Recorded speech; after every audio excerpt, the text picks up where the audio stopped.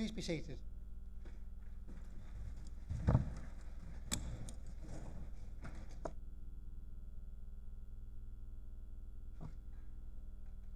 Please can I ask you to switch off mobile phones or to silent mode?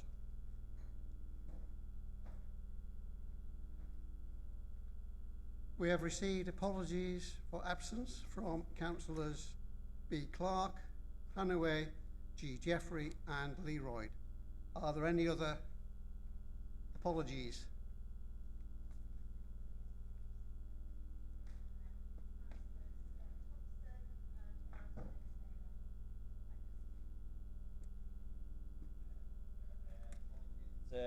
For lateness from Councillor Tim Gray and Councillor Martin Fletcher. Thank you. Yeah, thank you. Late arrivals from Councillor King and Councillor Jones. Thank you.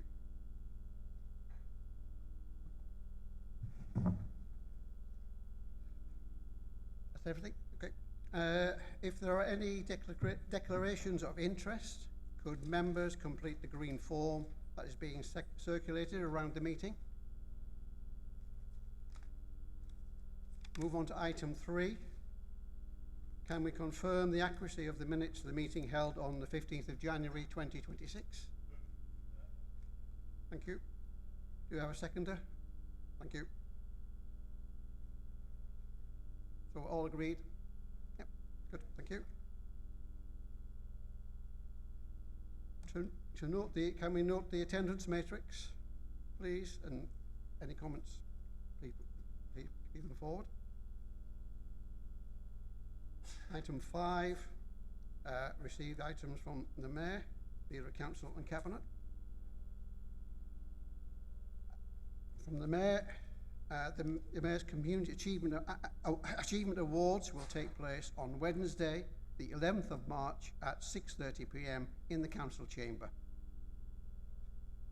To raise money for my charities, I will be taking part in the Langbar Loop Walk on the 11th of April, when I will be walking 30 plus miles.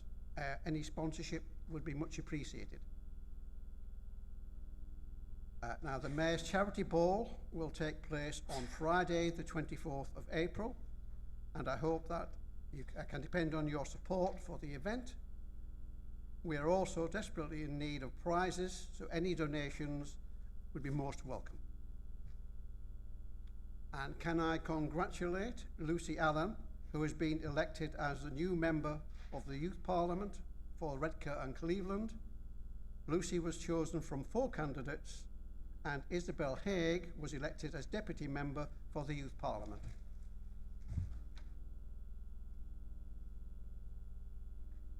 Are there any announcements from the Leader? Thank you, Mr. Mayor. You stole my thunder on Lucy Allen as well, so congratulations, Lucy. Ollie as well, who was nominated.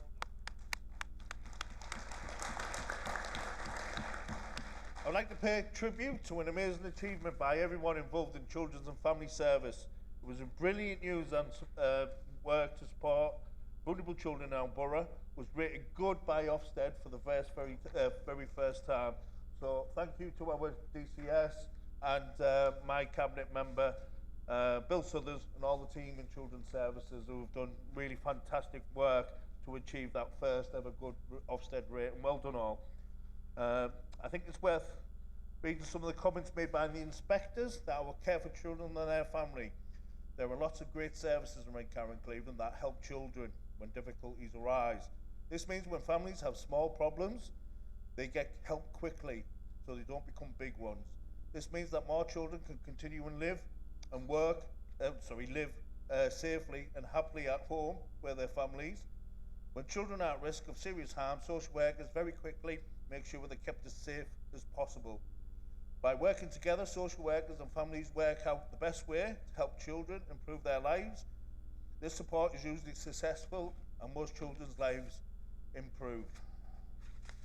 So it's fantastic, some of the comments that they made.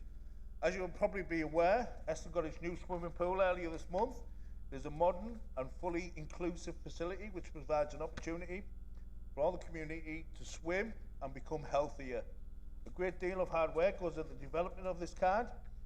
and I would like to pay tribute to all those involved. The Festival of Thrift will return to our borough with a free 2-day event which will attract customers from across the country. The festival was a great success previously, with tens of thousands of visitors visiting the event at Kirkleatham.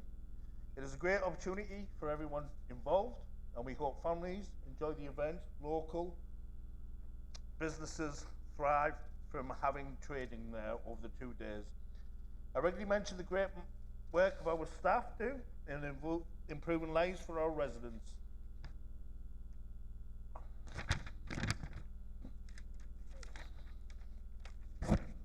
And I'm not going to do this time because I've lost that page. This was the case. This was the case at a home at Teesville where families endured months of antisocial behaviour and drug dealing. Council staff worked with Cleveland Police and Beyond Housing to do an investigation and close down the premises. So well done to that team. Another great example of the council getting it right. Thank you. Thank you, Councillor Brown. Do we have any announcements from Cabinet members?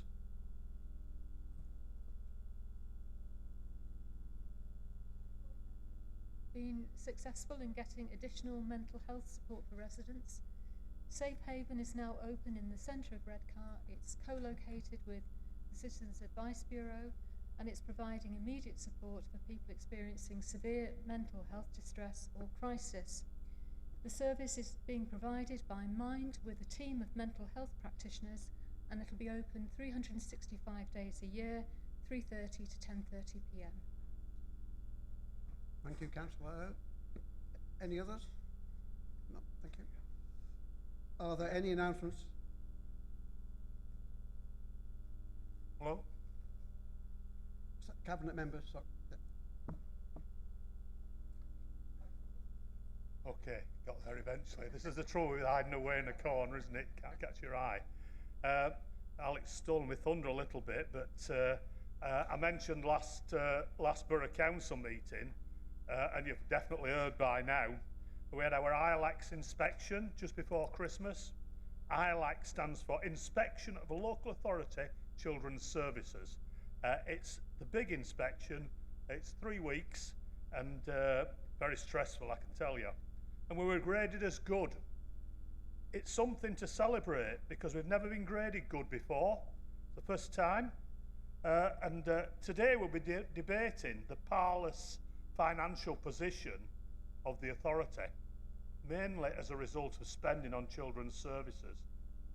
So it's pertinent that we remember what's really important, the well-being of our children in this context. I'd like to congratulate you all as corporate parents. Lift a glass this evening if you haven't done so already. I think all of us will need one today. More importantly, I'd like to thank Danielle and her fantastic officers. They do some tough work, often in challenging circumstances. I urge you all to visit the match, the multi-agency children's hub at Daisy Lane, and chat to Charlotte about their role at the front door.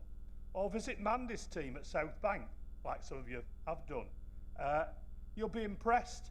For now, I'm sure you'll join me in thanking our fantastic officers and congratulating them on their achievement. Thank you, Councillor Suthers. Okay, if that's it, we'll move on. And can I ask, is there any announcements from the Chief Executive? Thank you. There are no questions received from the public, so we'll move on to item 8, to consider and agree reports from the Cabinet and Council committees. These items are up for debate. A proposed seconder is required, summing up an agreement. The first of items is the pay policy statement for 26-27. Councillor Massey. Yes, thank you. I'll be moving this report. Councillor Brown will second. This report went to the Cabinet earlier this month on the 3rd of February, and it's hopefully a factual and statistical report that is required under the Local Government Act of 2011.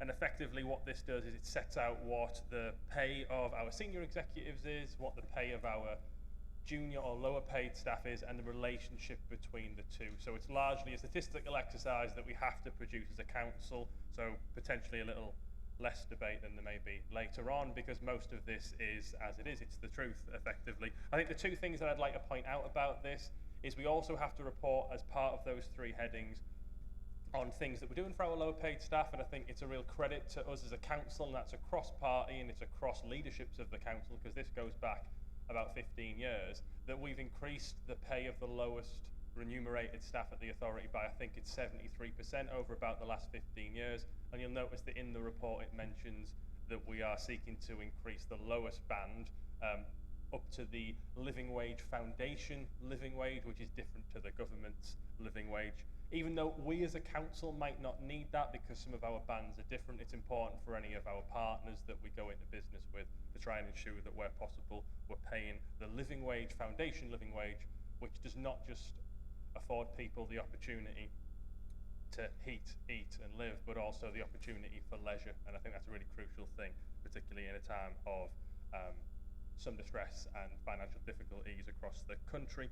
The other thing that I'd like to point out as well is the pay multiple that's talked about, and we have to report on if there's a gender pay gap. Obviously this is a historic thing in local government and public sector, but I'm pleased to report that this council has a positive pay gap in favour of women at the authority, and the pay reporting in this area was introduced to ensure that there was not a negative implication for females, but at this authority that's certainly not the case. So I move the report, which was at the Cabinet on the 3rd of February and is contained in minute 39 of your pack. Thank you.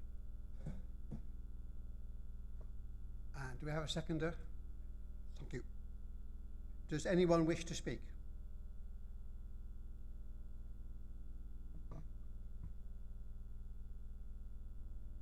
Can I just announce that there will be a recorded vote for the budget proposals?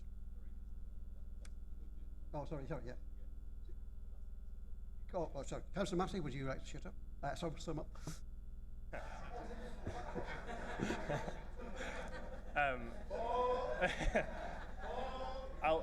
I will move the report, Mr. Mayor. Thank you, Councillor Massey. Except, can we just have a show of hands to approve the proposal? Thank you, everyone. That's carried. We move on to the second item, and that is the budget proposals for 26-27. Again, Councillor Massey to move the report. Yes, thank you, Mr. Mayor. I'll be a bit longer this time because obviously this is possibly the most important decision we as councillors make on an annual basis. In a simple sense, the report sets out the council's budget for the forthcoming financial year, so 26-7, and an indicative position for the next 5 years in terms of a medium-term financial plan.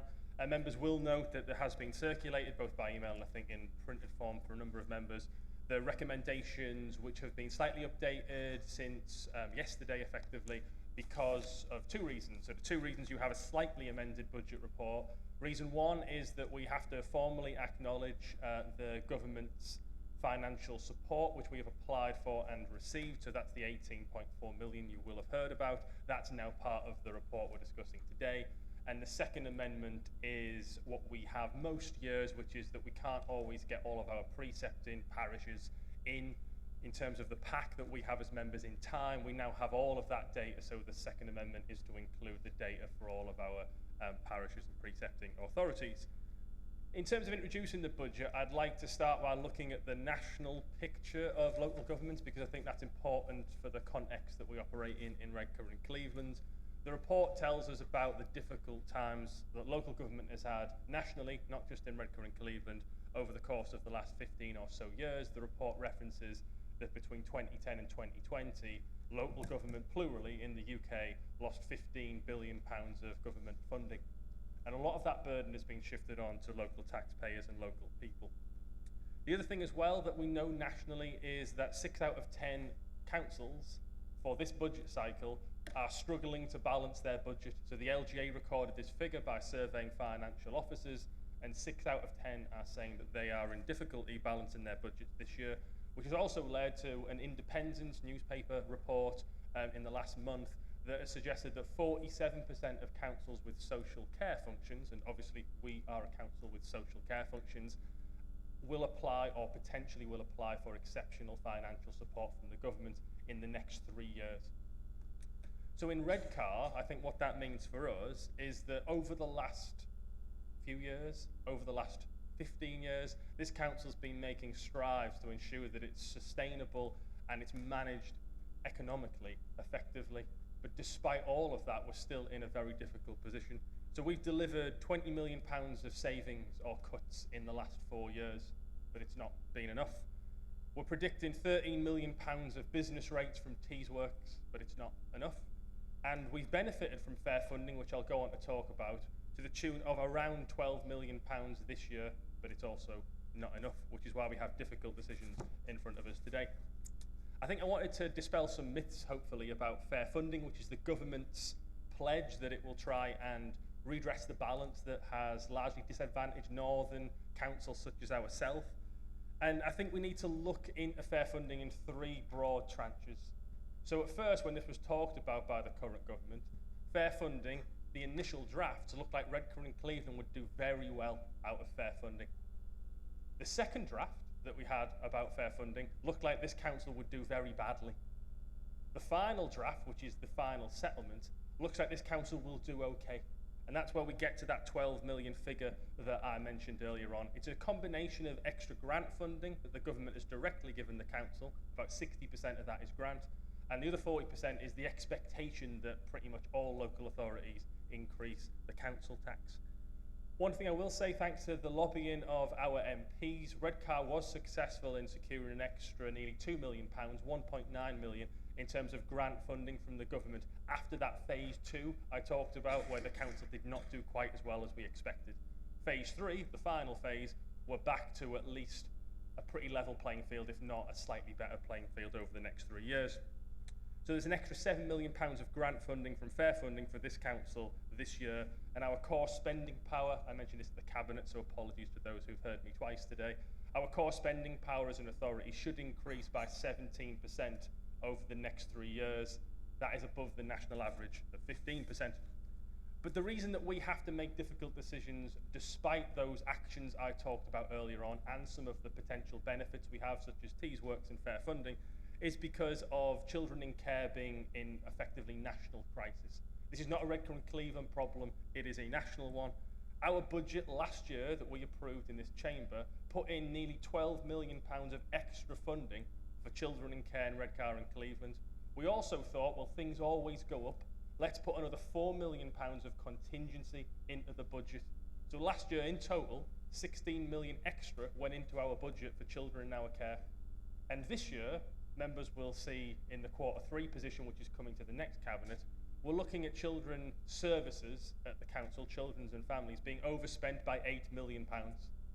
That tells you that despite putting in 16 million, effectively the cost for children and families this year is 24 million more than it was last year. And that is the position that we're in as a council.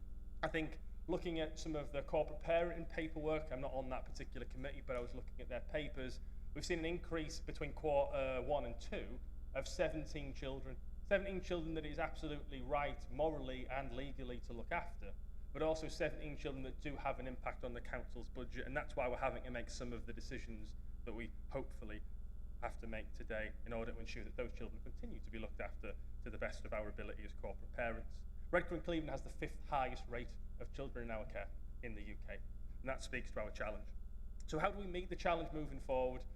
A combination of what's in the budget in terms of the headline figures, such as, unfortunately, increasing council tax, the adult social care levy for adult services, but also you'll notice that there's £3 million of capital funding in the budget this year to try and invest to save in children's services, to develop in-borough provision, to try and help mitigate the private care sector costs that we have.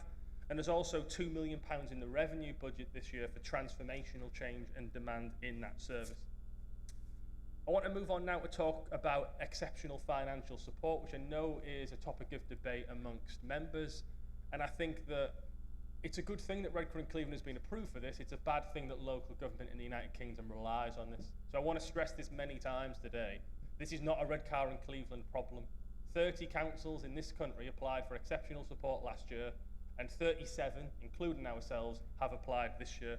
And some of the numbers are eye-watering. We're talking about 18.4 million for Redcar, but we're talking about 121 million for Shropshire, 119 million for Croydon, 92 million for Warrington, 84 million for Haringey. We are certainly not alone in this. If anything, because of some of the opportunities we have on our horizon, Tees Works being the main one of those, we're hopefully in a position where this genuinely is a loan that gets the council over the hump and hopefully into brighter days ahead. There are some small savings in the budget alongside the exceptional financial support. We have to make sure that our books are correct and our books have plans in place to ensure that we don't need support year on year from the government in terms of capital funding. So there is a 1.7 million reduction in children's services that is hoped to be achieved by those in-borough, in-placement investments we talked about. There's £2 million of assets receipts that we hope to gain this year that we're going to put towards the budget in order to mitigate some of the borrowing impacts. And I think they're crucial. Alongside those savings, there are service investments of 32 million. They include £10 million to fund this year's pressures and the likely overspends that we're achieving. And also a number of investments in, again, children in our care, adults, waste and highways, pay award, and replenishing our reserves. The final thing I want to reference as well, because it often gets forgotten, I think, in the budget meeting that talks about the headline acts, is that there is a capital programme which is the positive part, hopefully, of the budget in our borough, and that is 229 million through to 2030-31, and 77 million of that next year.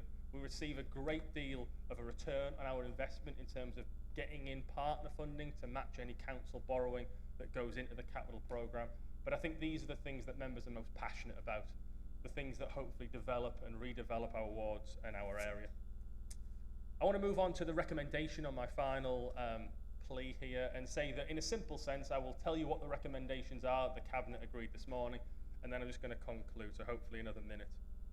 The recommendation is to put forward a 2.99% council tax increase alongside the adult social care levy of 2%, to note our business rate income and its position, to note the deficits on our collection fund, to note our reserve position of 7.9 million, and also to note our capital programme, treasury management strategy, minimum revenue provision policy, and our flexible use of capital receipts. I will add to those recommendations the two items I started with, which were that we do have a slightly amended report that references the exceptional financial support from government. A and B has the up-to-date figures for our partner parish authorities in terms of their council tax. I think the final thing what I want to conclude on is to say that members last year and in previous years have really stressed that this is as far as we feel as an authority we can go, that we are being cut to the bone, our services are suffering. And I do think that what's being put forward today with the exceptional support is a way of not going further.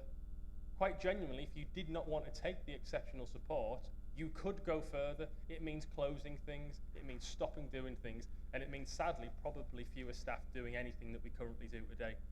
What is in front of us today is a compromise, effectively. So my plea to members is pass this budget, protect our services, and use that exceptional support that we've been granted by government to build for a brighter future. To return to the drawing board would risk losing that exceptional support. It would risk losing the extra 1.9 million that we and our MPs lobbied for. And it would also risk the money that we possibly can bring in from the budget being passed tomorrow. So I don't want to scaremonger members, but we have talked about this before. There is a genuine cost in not passing the budget today when there is no alternative budget on the table. If there was an alternative budget, that budget could be decided upon today instead of this budget. There isn't. So the only possibility is to delay this, come back in a week, 2 weeks' time, and there is a cost to that. For every 1% of our council tax we don't collect, it costs us £1 million. And the risk of delaying bills is to cost us that kind of money. Not an exact figure, we don't know, but we know if bills are late, people struggle to pay. Our neighbouring authorities have tried something similar. They tried to delay this. They tried to think, can they get any more from government? They've been told no. We've already got extra from government, the 1.9 million I mentioned. So I think this budget is the best compromise we can make for a horrendous situation that exists in local government in the UK and has existed for quite a while. We're making steps in the right direction. Fair funding begins to address that, but it doesn't quite. Tees Works begins to address that, but it's not all here yet. All we can do today, in my opinion, is to pass this budget, move on and hope for brighter days ahead. So I move the budget, and I will respond at the very end to any questions. Thank you. Thank you, Councillor Bassey. Do I have a seconder for the report? Thank you, Councillor Brown. I assume from your light you wish to speak? Hey, You speak a seconder? reserve the right to speak, yeah. Yes, Well, my mic's just come on. That's what I'm saying. Do I do that at the end, or do I speak on the motion now? Or? Oh, right, okay, I'll speak then, okay. Right, okay. I apologise to my learned friends in the opposition if the spirit of this speech is not in line with their previous 2 years of speeches. We absolutely, let's be honest, let's call it what it is, we're in a dire situation. Having to ask for £18.4 million worth of borrowing is not something any of us in this room wanted to do. But let's put a bit of context on it. We inherited in 2023 a large overspend at no fault to the administration then in charge, the Independents and the Lib Dems. It was the rot had already set in with children's services. The impact of austerity measures over the previous decade, some forced because of the economy we're in. You know, I'm not saying the Conservatives made all bad choices, but the austerity went far too far, and the Lib Dems and Independents, unfortunately, the rot had started to spend it and the overspend. But as opposition then, we spent 4 years. We didn't play politics with the budget. We didn't play politics with children and spends. We didn't blame them. We abstained. We didn't vote against. We abstained because we hadn't put an alternative budget together. And if you haven't done that, I don't think you've got the right to vote against, quite frankly. But anyway, just to put a little bit of context to why we're here today and the situation we're in. Over 20% more children in care nationally. Drug addiction rates rose by 50%. 50%. The band for children's services was at a record level. Placement costs for vulnerable children surged nationwide. 900,000 more children were living in poverty across the UK. Sounds like something from a Dickens novel, doesn't it? And I'm sure we can all agree those figures are awful. This, councillors, is the record of the Conservative Party in government. This is what has led to what we are today. That's true mismanagement, and that's why we've had to write to the government to ask them for 18.4 million in lending. So hopefully, I'm going to be totally wrong, and I'm not going to hear the predictable playbook from the opposition. It takes up the next hour telling us that Councillor Massey, myself, my administration have mismanaged everything. But the very department that's caused the overspend, we're already clapped and applauded for getting a good Ofsted rating. Doesn't really go hand in hand with mismanagement, does it? I would also like, with Chris Massey, to thank our MPs who lobbied the government with myself after about the deprivation formula was tweaked before and after costs. That really, really impacted us. And as a result, we got an extra 2 million from the recovery fund. Asking to lend 18 million because the out-of-control cost of care to children is dire. And I hope members across the chambers join me in lobbying for an overhaul of the broken system. Whilst the regional corp may help shape the market for children's care costs, it's not going to be the silver bullet. I'd like to make members aware I have a one-to-one with the very minister that signed off the £18.4 million, and I hope you can all join me in lobbying them for a quicker rollout of the fairer funding formula, and for them to look at the long-term sustainability of not just our council, but as Councillor Massey said, councils across the country. I hope you support this motion. If you can't, for political reasons, I hope you do the right thing and abstain. Thank you, Mr. Mayor. Thank you, Councillor Brown. Does anyone wish to speak? Well, I've got a number of names here, of course. Councillor Julie Hart. Thank you, Mr. Mayor. Just before I read out my prepared statement, I would like to applaud our children's services, and I would like to applaud Councillor Suthers on such an amazing find in the new director that we've got within that department. But on to the budget. Thank you to all that have put the hard work in to create this budget. This is what the residents of Hutton Ward think. So these are quotes that have been sent to me by my residents. The increase will be more than the average wage increase for 2026, making us all worse off, and Labour stated that they will not increase taxes on working people. We shouldn't pay a penny more. Our town is suffering from too many houses being built and nothing being given in return. So they are freezing the council tax at the maximum amount that they can possibly charge. Just wait until the ceiling is lifted. I can't find out the breakdown of money spent in Gisborough. Even with the Freedom of Information Act, there is no transparency. It's a big thumbs down from Hutton. Hutton has had enough. The hard-working, lower middle earning people are the ones who are always bearing the brunt. And there is hardly any orange left to be squeezed now.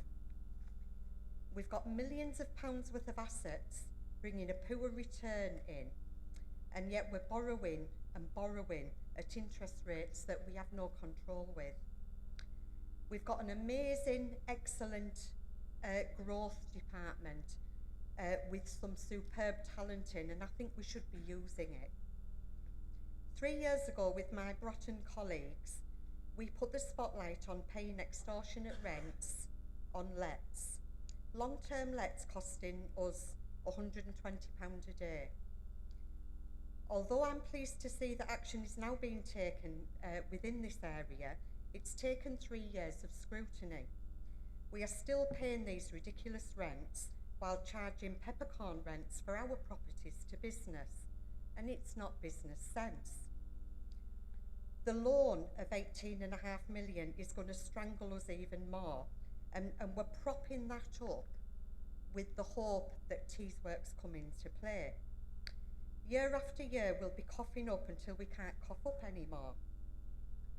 Finally, we will be hearing the 14 years of austerity ringing through the room again.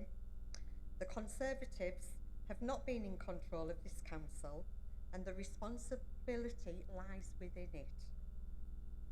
In a few years' time, whoever is in power will be back to bankrupt Britain. And, you know, true to say, as the Labour left it in the last place, there'll be a note left saying there is no money. Thank you.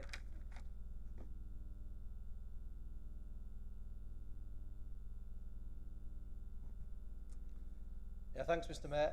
Also, I'd like to thank Phil personally as well for the budget. I know it's not easy. And thanks for attending a group meeting of ours to explain it the other week. Much appreciated.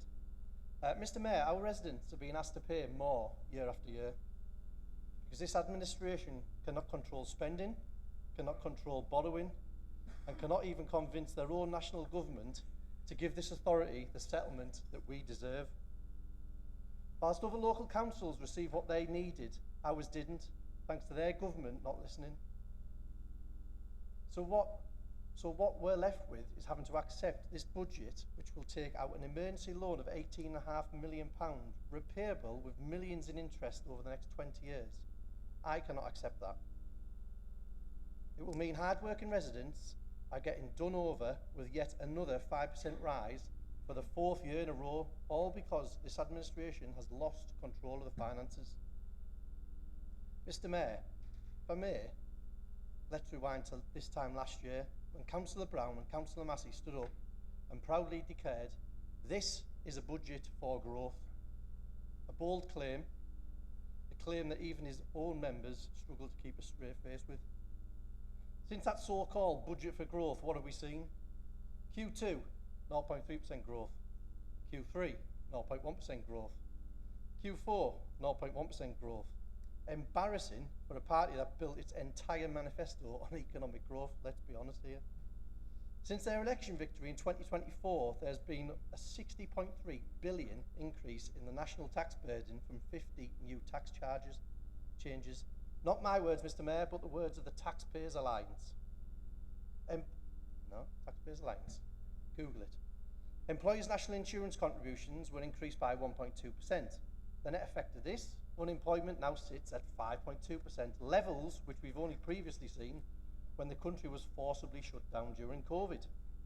Youth unemployment for 16 to 24-year-olds is hovering around 15%, a truly shameful statistic.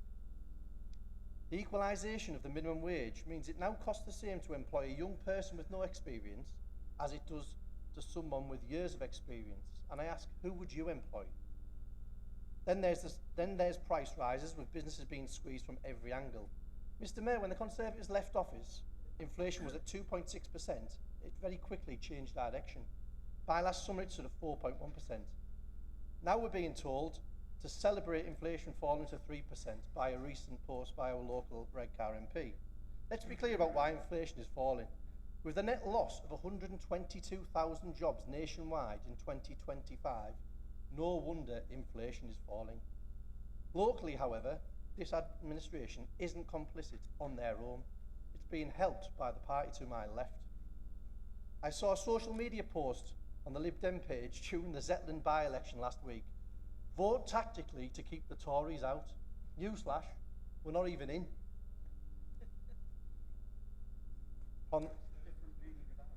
Mr. Mayor, the Lib Dem's own deputy leader, Daisy Cooper, said, 2 anti-growth budgets have killed off economic recovery in the UK. On that we agree. So I ask, why are you still propping up this administration? All you are is their insurance policy. They don't even hold a third of the seats in this council, and yet they have full control over it because of your support. And it's great to see the great attendance from everyone on both the Lib Dems and Labour today. There must be an important vote going on. Finally, Mr. Mayor, the people of Redcar and Cleveland are fed up with zero growth, fed up with higher taxes, fed up with job losses, fed up with excuses, fed up that the only thing growing is the council's debt, fed up at another 5% council tax rise, fed up with a £40 bin tax, and quite frankly, they're fed up with Labour too. A 25% fall in the Labour's vote share in Zetland by-election last week in the Labour Party's chair own ward tells you everything you need to know about how the public feel about Labour. This isn't surprising when you take a look back at the highlights reel of the last 18 months in government. Scandal after scandal, U-turn after U-turn, tax rise after tax rise, and the lowest rated Prime Minister in the history of the United Kingdom. Fact. It's clear that the public no longer support this council administration or government. So in conclusion, Mr. Mayor, unemployment up, youth unemployment up, business rates up, national insurance up, council debt up, jobs down, confidence in the Labour Party down, confidence in administration down. In fact, it's actually non-existent. And for them reasons, Mr. Mayor, I will be rejecting this budget.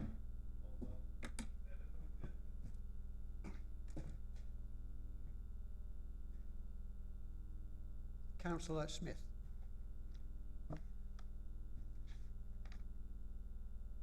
Thank you, Mr. Mayor. This proposed council tax increase is not a decision any of us take lightly. We are all acutely aware that households across our borough are facing real financial pressures. Many of our residents are making difficult choices in their own homes. Excuse me. And they expect us to handle public money with care, restraint and responsibility. However, as members of this council, we have a clear and non-negotiable legal obligation. We must set a balanced budget. This authority is required to ensure that expenditure is matched by available resources. We cannot lawfully set a deficit budget. We cannot rely on hope.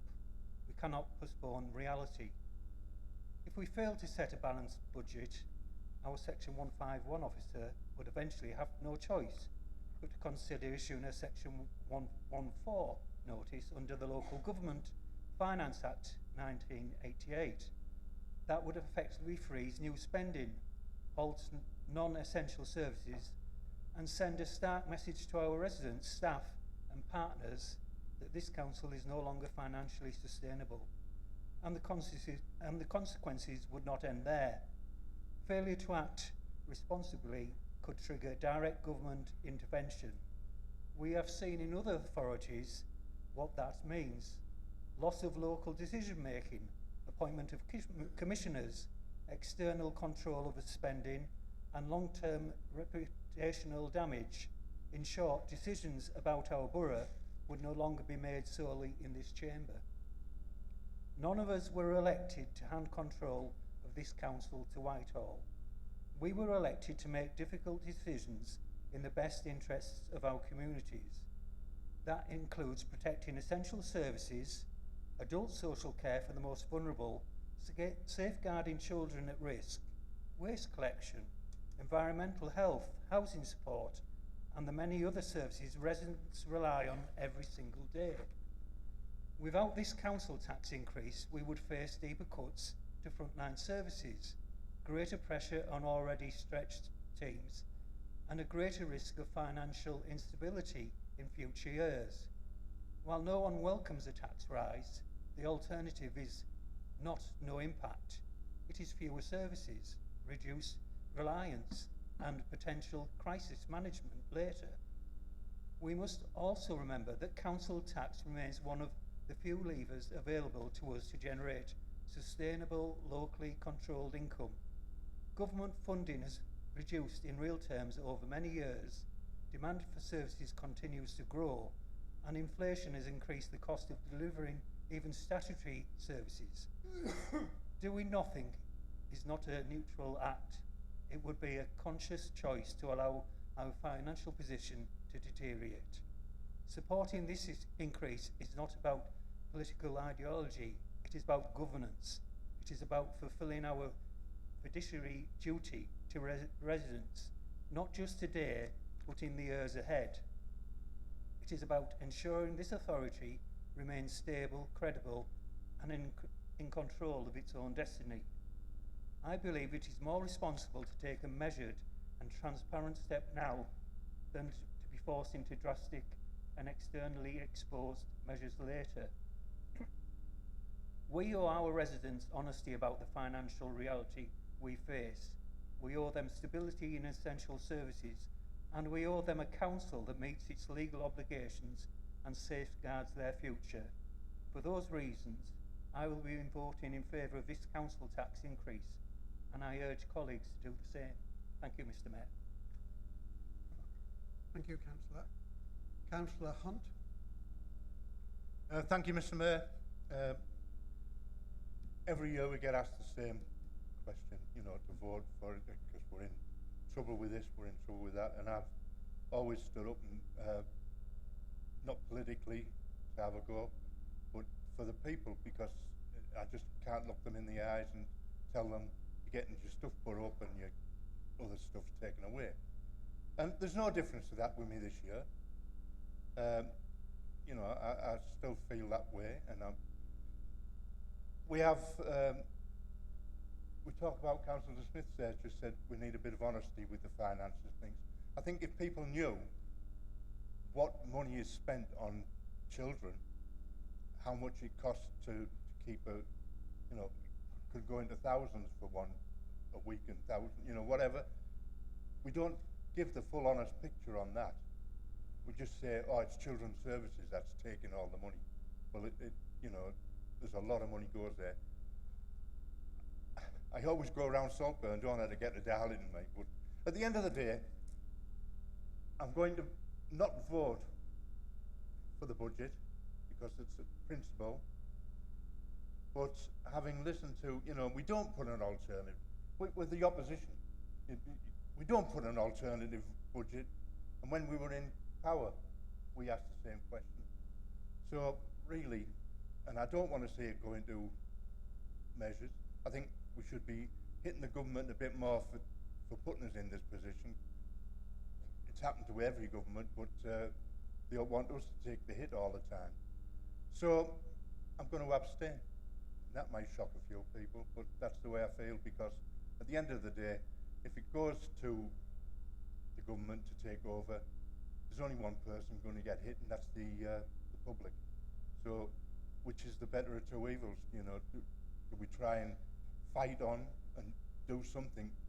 And we should all be working for this to fight together. It's a political thing with a lot of things, but at the end of the day, I honestly believe that I've got to, in my heart, abstain to give us a chance as a council to maybe fight out of it. So if it surprised anybody, but I can't vote for it as an outvote, because it's the principle of the thing with me, with the public.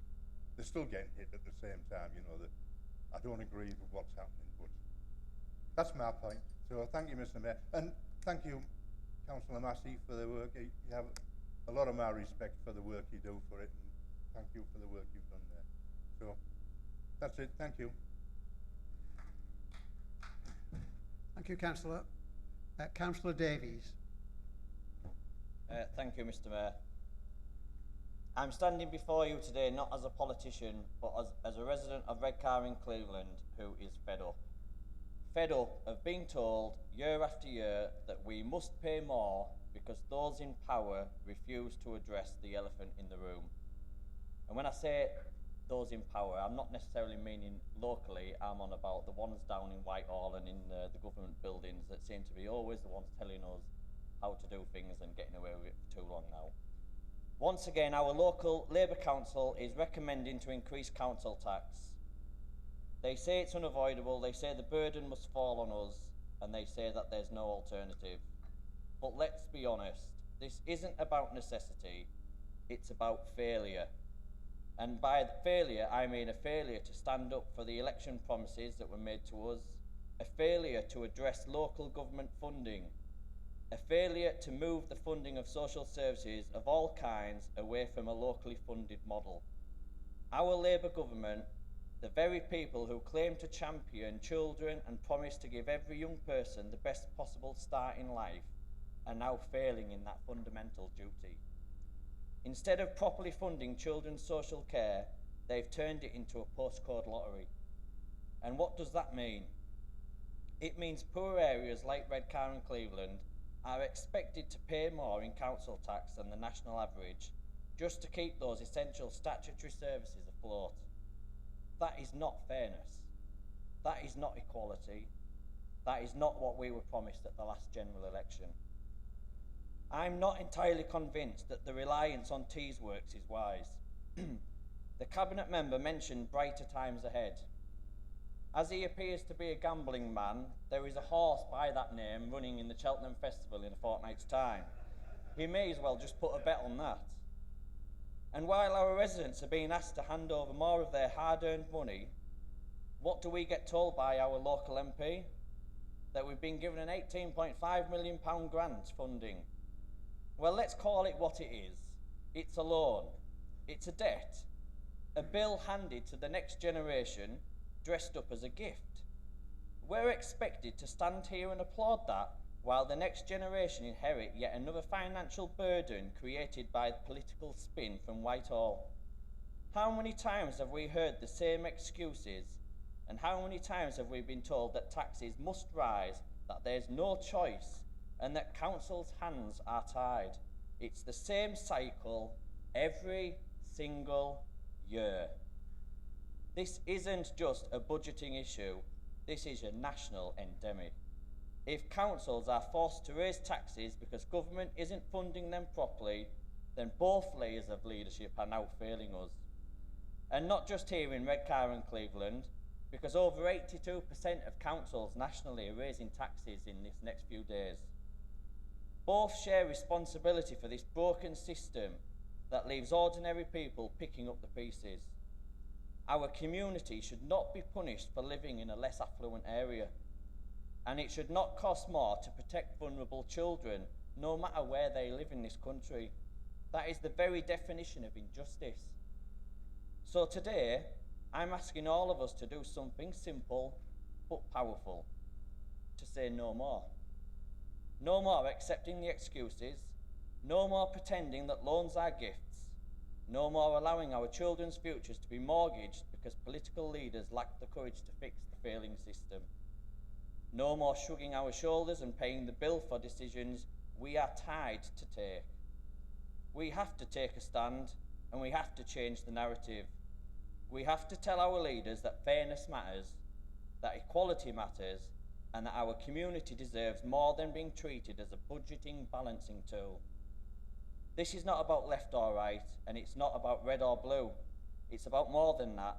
It's about what's right and wrong. And it is wrong that families here continue to be punished for political failure at every level. It is wrong that children's services are left underfunded, and it is wrong that we are told to pay more and being given less. It's time for a new approach.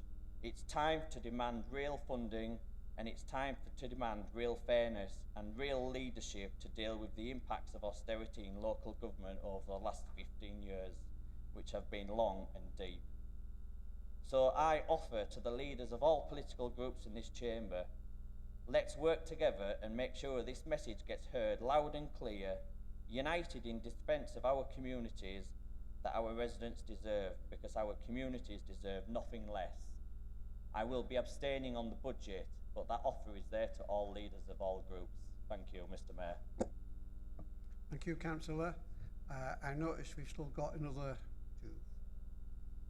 10 waiting to be heard. I will not be taking any more after Councillor Pallister. Councillor Nightingale. Thank you, Mr. Mayor. I'm not here to excuse the Labour government, but I think it's important that we look at the reality of the situation that this council faces. And what Councillor Smith said is absolutely spot on about the situation. What Councillor Davies said is also spot on about the nature of the situation. Councillor Smith's conclusion was to vote for this budget. Councillor Davies was to abstain. I think Councillor David got it the wrong one. There's so much wrong with this budget, and it's not the fault of Councillor Massey, it's not the fault of the officers, it's not the fault of total inefficiencies in the council. It's the fault of governments that over the years have shifted the burden of taxation from the national government into local government. The result is council tax increases, borrowing increases, and incidentally, I think that the £18.4 million that we've been given as a borrowing requirement could have been given as a grant. It means that our borrowing has, of course, increased as well overall. Our reserves are down, and our grant is totally inadequate for us to provide the statutory services for social services that are administered locally. And that is the fault of previous governments, and particularly, the previous Conservative government, and consequently, in real terms, the grant is totally inadequate.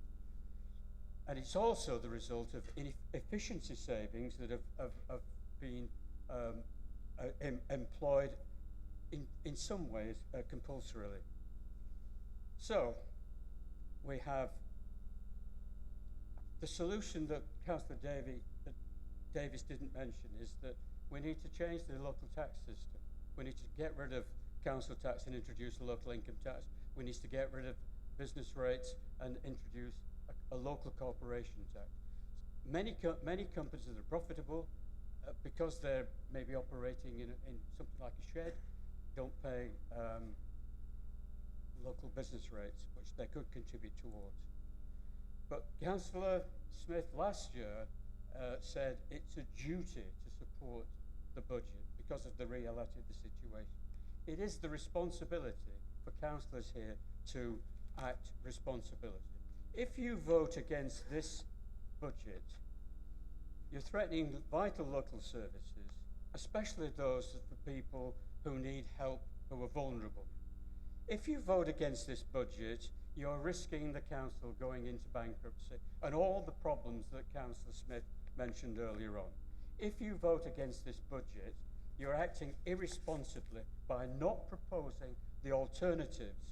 And of course, in the case of the Conservative Party, over the years, it has been the policy of the Conservative government to shift the burden of taxation onto the local council tax, and consequently, they should be voting for any council tax increase over the years. If you vote for this budget, you're voting to prevent the loss of services. You're voting to prevent bankruptcy. You're voting to act responsibly.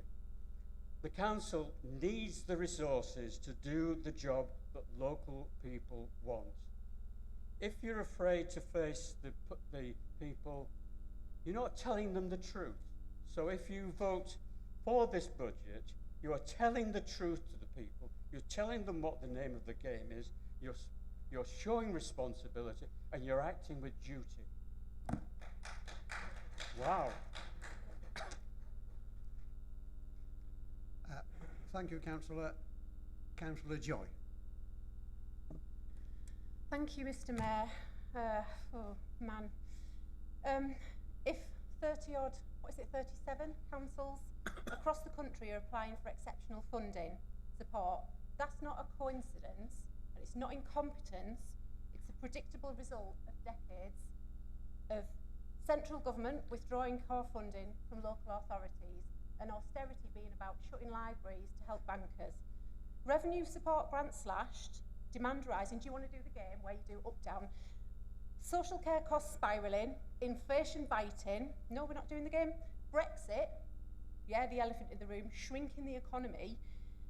When the national pie gets smaller, local government doesn't get protected, gets squeezed. And that really hurts, right? This isn't mismanagement, it's political choice, and it's made in Westminster. And we're often told to run the council like a business, and I've said this before, councils aren't businesses. It exists to serve people and not shareholders. And if we're borrowing that business language, then let's talk about agility. Locking ourselves in to decades of high carbon, high cost contracts, that's not agile. So we need to look at those things. And on waste, we're paying to burn resources that could power a circular economy. That's not modern economic thinking. So there's things that we could do better. But let me use a local metaphor. So along our coastline, that way, along our coastline, we witnessed a crustacean die-off, didn't we? One of the widely debated causes was it dredging, scraping away the seabed from our ecosystem? Well, that's what's happened to local government over the years. It's been dredged, and it's been dredged with powers dredged away from us, and resilience dredged away from people. And we're like the little prawns, or is it pawns? I don't know actually, Freudian slip, in an unhealthy environment. And meanwhile, values extracted from above. And instead of asking who's operating the dredger, all the prawns start looking at each other and saying, oh, it's you, because you're a different type of prawn to me. Which brings me to Teesworks. We promised transformational private investment, but we've seen substantial amount of public money going elsewhere. And meanwhile, we open our copy as a private eye to keep an eye on what's going on. But we need to be realistic about what's coming from Teesworks. We need to look at that. So we must stop treating that like the emperor's new clothes and open our eyes and get real.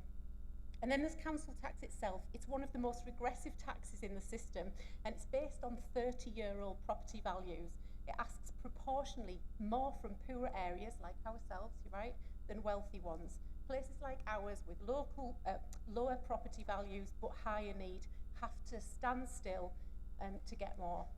And that's not fair funding, that's structural inequality baked into the system. So here's the Hobson's choice, right? Within the broken system we operate in, this budget is the least worst option. Voting it down doesn't punish Downing Street, it destabilises children's services, adult care and frontline provision here. The grown-up decision, however uncomfortable, and it is uncomfortable, is to pass this budget, then scrutinise every single pound, avoid inflexible long-term liabilities and continue to fight for government funding, and we do that within the system we have here. Let's stop snapping each other on the bottom of the seabed and let's look at who controls the tide so we can support this budget.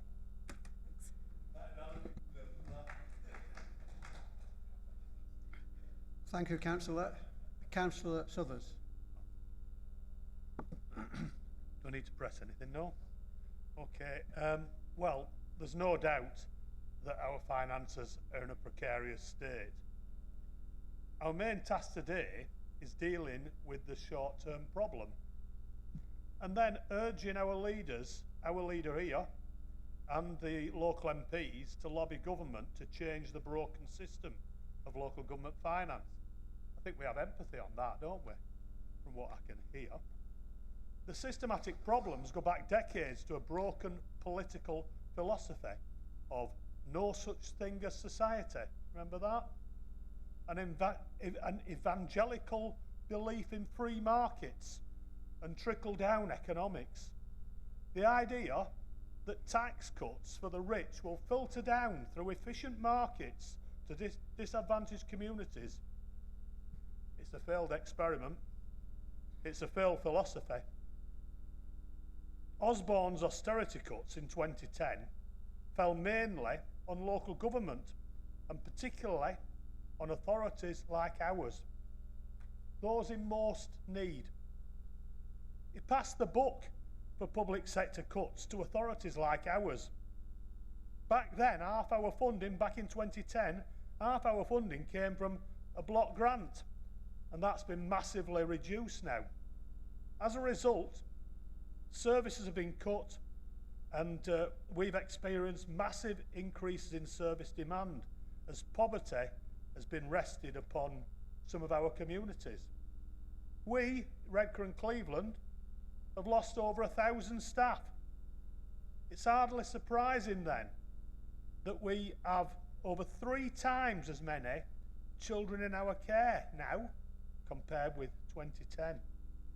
It's all due to that evangelical, I like that word, don't I, belief in free markets. Free markets all fail to some extent. They all fail. But we now find ourselves facing a global free market with very little regulation. So those dramatic market failures abound. Look at water. Look at the water industry. Look at transport. Or our market that we face for children's services. All exploited by a rush for profits from global financial corporations manipulating their dominant market positions. It's failed economically, and it's a failed political experiment. So here at Redcar and Cleveland, finances are tight. Nobody wants to borrow to fill the gap. Nobody wants to increase council tax on our hard-pressed residents. But what's the alternative? If you can suggest a viable alternative, I'll readily support you. The corollary is, anyone considering voting against this budget without tabling an alternative is simply disingenuous. What is the alternative? If you plan to vote against, please tell us what options you envisage. Otherwise, you'll be driving our Section 151 officer into a cul-de-sac where eventually he'll have no alternative but to issue a Section 114 notice stating that we can't set a balanced budget, and that will lead to government commissioners being called in and taking over. Their first move will be to cut all discretionary services and increase council tax by perhaps more than this budget suggests. As far as my portfolio is concerned, the impact on children's services will be the closure of family hubs and youth clubs, essential aspects of our prevention strategies. It will also mean the end of all school crossing patrols. Some of you have launched campaigns to retain youth centres.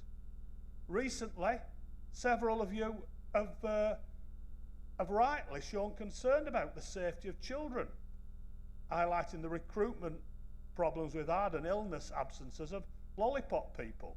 If you vote against this budget, then you will de facto, I like a bit of Latin, be voting to cancel all these school crossing patrols, to close all youth centres and family hubs. So I urge you to think carefully about the consequences before you vote. Thank you. Thank you, Councillor. Councillor Thompson. Thank you, Mr. Mayor.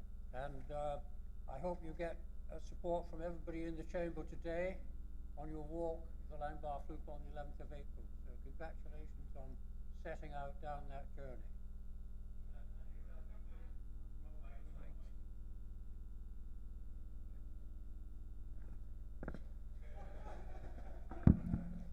Thank you.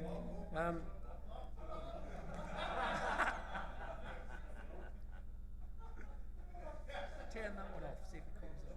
Who's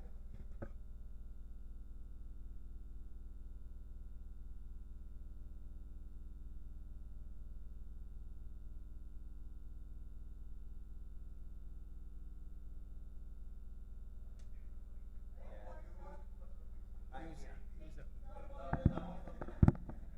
To me, to you. Go. Quick. Thank you, Mr. Mayor. There are devices used in the chamber to stop some members speaking. I'm aware of that. But technology has come to the rescue, I can see.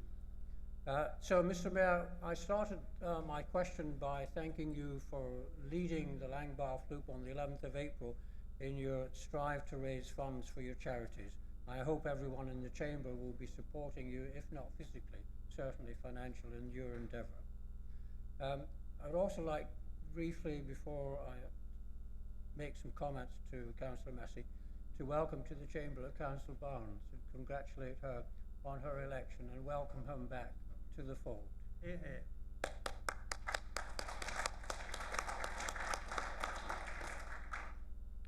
So, what have we been promised today? We've been promised endeavour, hard work, a continuation of lobbying central government. We've heard the polemic of local government being subservient to a master that does not listen. We've lobbied very hard, and thanks to those who've done that, at least as far as they have.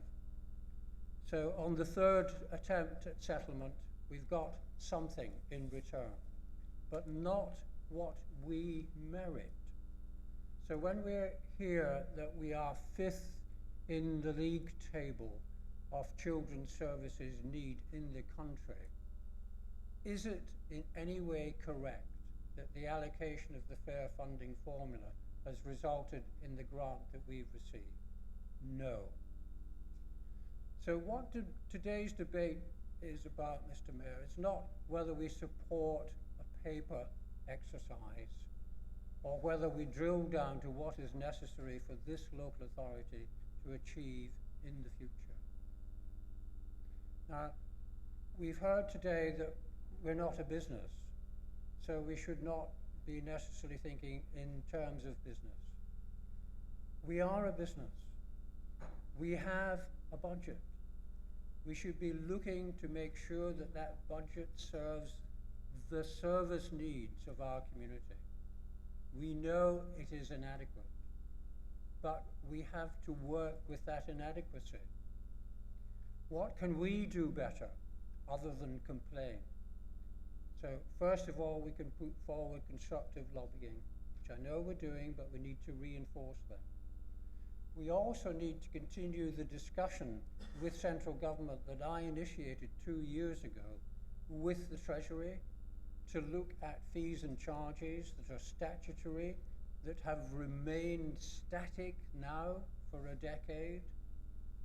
We should have that right to exercise our local knowledge, to charge for services, to cover our overheads. We are not doing that. I would also ask that in future we adopt the scrutiny process that we're advised that we have adopted, which we do not implement. So on this occasion for this proposed budget, the fees and charges element never came to climate and scrutiny to scrutinize. The fees and charges never came to adults to scrutinize. So, and yet we are here today to discuss a proposal that we've not had the opportunity of looking at the detail of. We will be criticised for looking at detail, but without doing that, the bottom line figure will not be well served. So I ask that we do look in the coming year, Councillor Massey, at business plans that I've been asking for Saltburn for a decade now, on the foreshore, on the cliff lift, on the chalets, on Saltburn Valley Gardens. These are assets that we do not have a business plan in place to to capitalise upon. We also need to look at fees and charges. We need to approach the Treasury as I started. We need to continue to have that dialogue. Now, we're advised that we've got a 5-year plan. And yet, when we look at the details in the appendices, that 5-year plan peters out virtually on day one.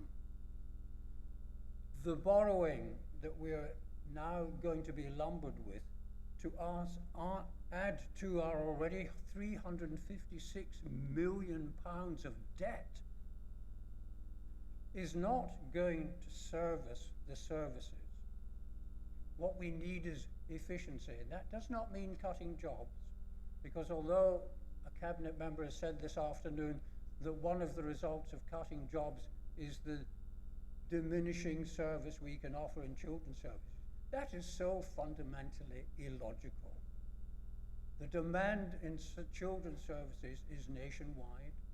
Our response to it should be our ability, our credibility, our financial acumen, not just talking about numbers of employees. So I'm asking, in the bright days that you're forecasting, Councillor Massey, that are ahead of us, that we work harder as a local authority to do better with what money we do have, whilst in parallel lobbying. We've heard the polemic this afternoon from various points of the political compass. They do not support our own personal objectives. I cannot support the proposals as they are set out. I equally realise my responsibility as an elected councillor to allow the local authority to proceed with a financial plan that will prevent us from falling into the trap of being run by another authority, that being central government. So I will not be voting against, but I do ask that we do more homework, we burn more midnight oil, and that we challenge our officers to do better.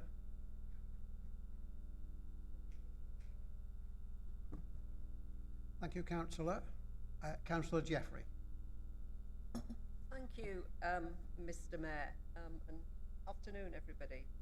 I don't know if anybody else has been watching, but over the last 3 nights, I've been watching what do they call them? It's not a documentary, is it? It's called a docudrama, isn't it?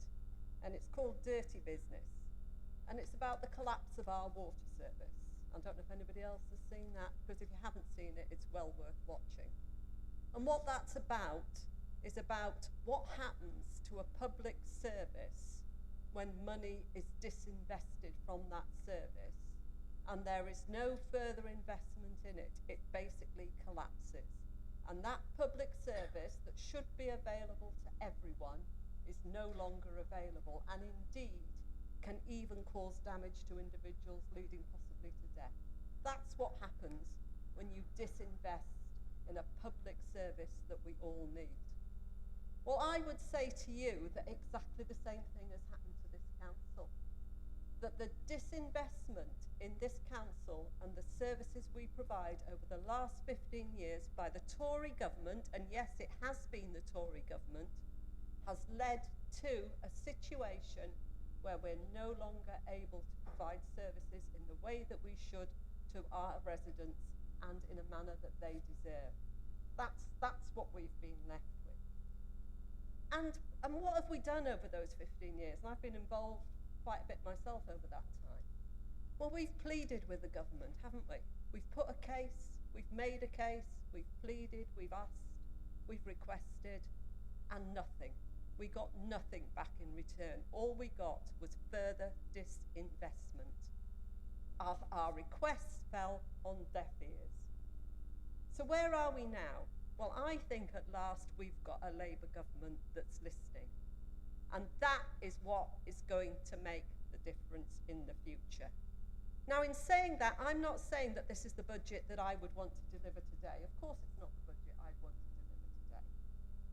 let's face it, delivering a balanced budget that provides decent services to our residents at a price they can afford would require more government grant that can possibly be made available in the time the Labour government's had in office. It just would not be possible.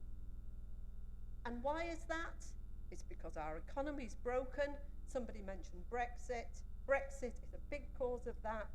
Liz Truss, can people remember Liz Truss? Far be it from me to be political, but these are the things that broke our economy and left this council basically on the scrap heap with no money apart from what it could raise from its population.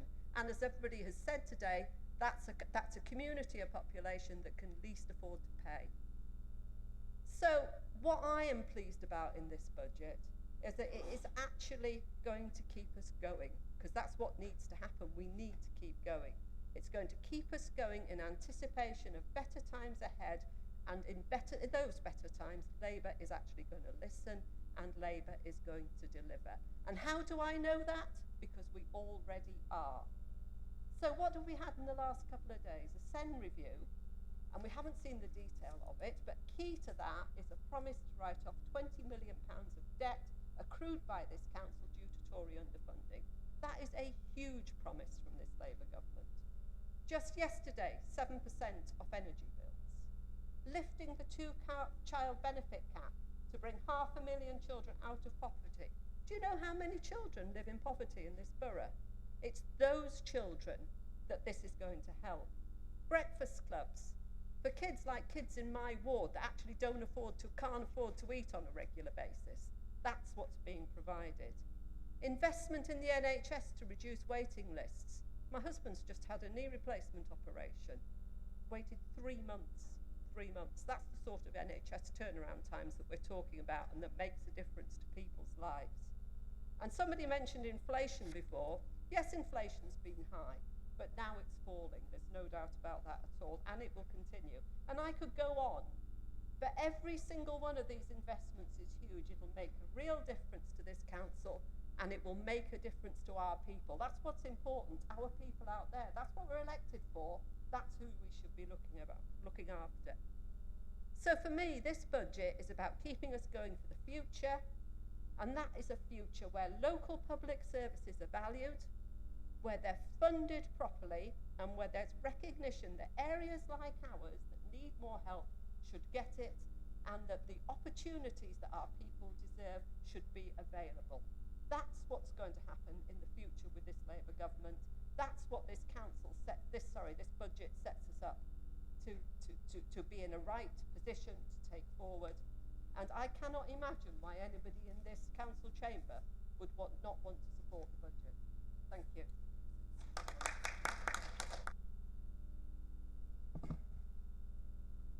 Councillor Richardson.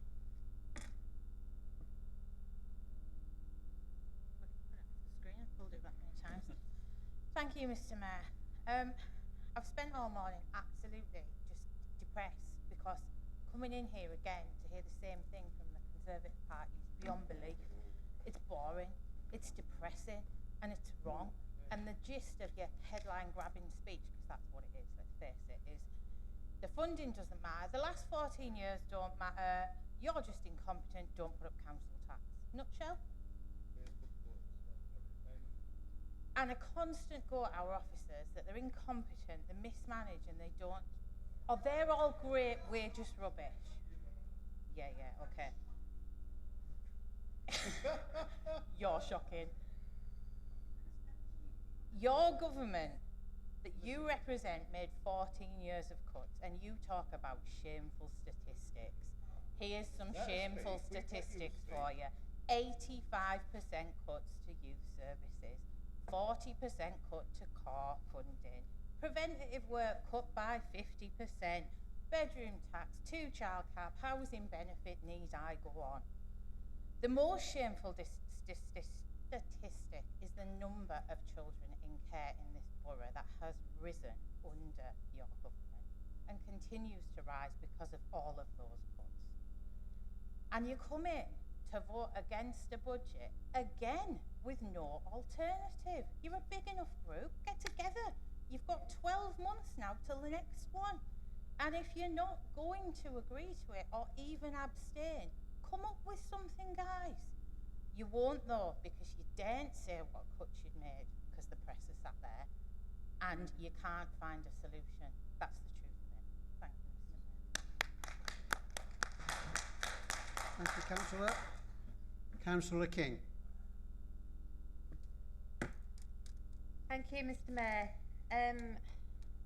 We're here today to deal with the here and now, and as Councillor Davies said, I think a lot of people, including in the Leader, agree that the system is broken and it must be looked at. But what we can't do is wait until February, March next year and then have the same conversations in this chamber. We've mentioned that there's other 18 authorities that are in exactly the situation as them, and collectively, you've said work with group leaders. Why don't we reach out and work with the other 18 authorities that are in the same situation to us to see what can be done? Because a bigger group has a louder voice, and Conservative, Labour, Lib Dem, Independent nitpicking at each other is we're going to be here in 12 months doing the exactly same thing. When I sat here in this seat for the first time 11 years ago, we had, I think it was about 184 children in care. We're now nearly 500, and I agree with a lot that's been said by Carrie, by everybody.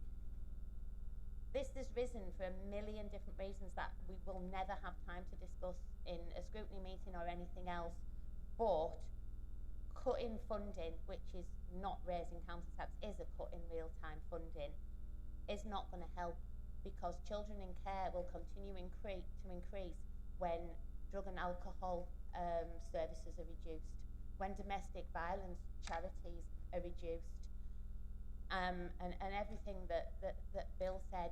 And the statutory services they'll withdraw statutory services, and we've had councils look at the past at withdrawing these statutory services, and we're all up in arms about the lollipop ladies and everything else. But it's a reality that can happen, because everything we've known when we've hit budget pressures in the past that, you know, we've gone to get something done in our ward, a pothole that's maybe a millimetre too big, and well, no, you can't do it because it hasn't met that exact criteria, and that's going to happen more and more and more. And I understand what Councillor Hart said, because we all have residents that can't afford it. It'll be a struggle for some of us in this council chamber that aren't on big salaries.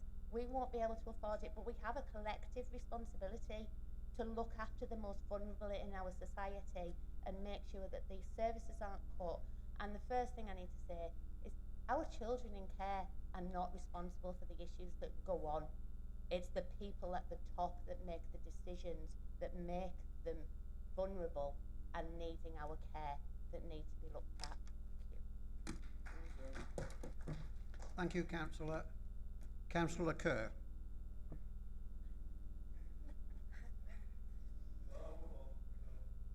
Thank you. Thank you, Mr. Mayor. Thank you for all the work that has gone into the budget proposals. We certainly acknowledge that it's not an easy task, and we appreciate everyone's efforts. And a huge thank you particularly to Mr. Winstanley and his team. We are in opposition in this room. There is some opposition left. And it is our job to hold the administration's feet to the fire. This is the third maximum increase in council tax imposed by this Labour administration, and it will receive no support from the Conservatives. And I will tell you why. During the cost of living crises, our residents are having to live within their means, and this council should do the same. The so-called fair funding reforms have left this council short, despite 60 billion in extra taxes raised by your government since last summer, or 2024. And we've heard a lot of people say this afternoon that the administration, we need to do more, all of us, the administration, the MPs, needs to do more on behalf of the residents of Redcar and Cleveland to get us a better settlement. Why was Middlesbrough's settlement so much better than ours?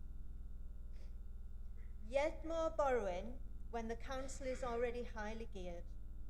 A significant amount of our revenue budget, around 14%, already goes on paying the interest on our debt, a much higher proportion than other Tees Valley councils. We continue to pay down expensive loans, and yet we are storing up problems for the future. Your own government says that new borrowing should be avoided or it should be minimised. Now, of course, we understand it's all about children's services.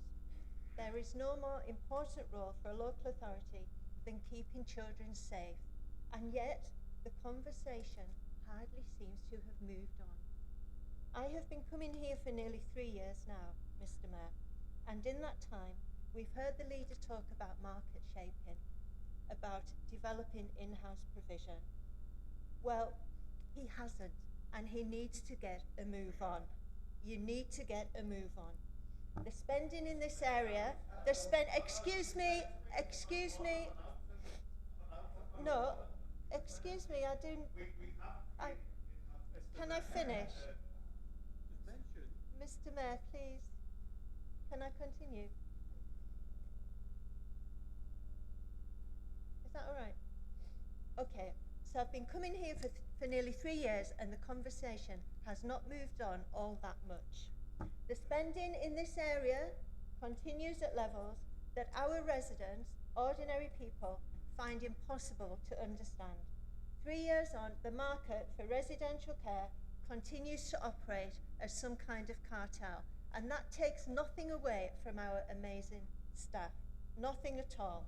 There was one area in the Ofsted report that said required improvement, and that was it, the efficiency, the sufficiency. A few more points, I'll be brief. The council tax base increases year on year, an additional 436 bandy equivalents this year, almost 1,500 since this Labour administration took control. Yet all of this extra revenue seems to disappear, and the residents of Gisborough particularly would like to know what happens to that.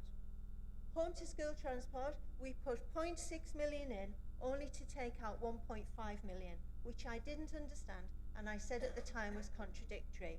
However, that saving is amazing, 1.5 million, and it shows that we have been overpaying for this service for years, and no doubt continue to do so.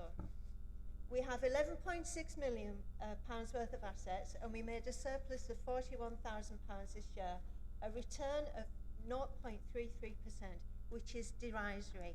Now, I understand we are not in it to make a profit. However, every sensible organisation should be sweating its assets to the maximum. Here, they are in the deep freeze. We have missed another opportunity to increase revenue for this council without resorting to our residents who have been the cash cows for this Labour administration for years. So there's lots of alternatives there, Mr. Mayor. You may think that some of that is harsh, but there is no denying any of it. Finally, we had little response to the budget consultation, which is unsurprising as it can have no impact. However, about 100 people did take the time to give us their opinion, and we should give them the courtesy of being heard. Comments included, and I'm paraphrasing, 5% is not acceptable, spend more wisely, you need to consider the implications for all of your citizens. The council should not be increasing council tax by the maximum when people are struggling so much as it is. The leader's very fond, Mr. Mayor, of saying that I am political. Every time I stand up in this room, it is on behalf of the residents which I serve, and I am very clear about that. I'll finish there, which is where I more or less started. I urge everyone in this room to consider their residents. We are here to represent our residents. How would they like us to vote? Would they expect this council, like they are having to do, live within its means? Thank you. Thank you, Councillor Redcar. Now, before I call the last Councillor Pallister to things, I noticed, Councillor Pugh, you put your light on after I made the announcement. Although I wish for every broader systems, I do think I need to stick to, if I set a rule, stick to it. So I will call Councillor Pallister as a final speaker. Thank you, Mr. Mayor. Can I just begin by, I didn't have a speech ready, I didn't know if I was going to speak or I wasn't. Can I just begin by answering Councillor Kerr's comments on in-house provision? We have done that and will continue to do that, and we're also looking at regional cooperatives, which is, you're already well aware of that. Should we have been doing it a long time ago, all councils? Probably we should. Why is the market buoyant? Why is it buoyant? Why have we got this market where people who are delivering our residential care for looked after children and making so much profit, which none of us in this room are happy with? Because as Councillor Salvin said, and a lot of people in this room have mentioned austerity, because we haven't had the money to invest in early prevention. So since 2010, when I was in the council before that, poverty was going down. You can look at the data. Child poverty was going down. 2010 started to go. Why? Tory government. So, as Councillor Salvin said to us, prevention down, support to local government down, enforcement down. And they're the three things that we need, don't we? So we've also heard that 24 million last year and this year is going to be needed for looked after children. 24 million. Do we think that's going to go down? No. I think we're coming back next year with the very same issues. And 60% of that funding is because of drugs. It's because of drugs issues. And your government, previous governments, and I hope my government starts looking at it soon, because I'm going to be shouting for them to do that, need to seriously look at drugs. It's a national crisis. And that's a lot of the funding we're talking about in that 24 million. So we can all argue and discuss, and we've had some brilliant debates and honest debates about what's right, where the challenges are, what we should be doing. I mean, with the deepest respect, you know, looking at fees and charges, great, we've done all this, we've looked at it, haven't we? We've had transformational meetings and all sorts of things. For me, I've already said to the director and the cabinet members, going to lead on that, we need a task and finish group on the drug crisis in this area and nationally. And I think we may eventually be able to get that down with all the other things we're doing for children in children's care. We'll look at more. We'll look at more in-house provision. Hopefully in a year or two we'll have a really good regional cooperative. But that's, for me, that is the big issue. So we can talk about cuts and mismanagement and everything as long as we want. We need to tackle it. We need the government to tackle it, because previous governments have not tackled it, and it's going to get worse. And the children in care are going to suffer. Families are suffering. Communities are suffering. There's fear of crime. There's shoplifting. There's house burglaries. The impact on people's health. You can go on and on and on. 60% drugs, 24 million in 2 years. Not going to end, is it? Thank you, Councillor.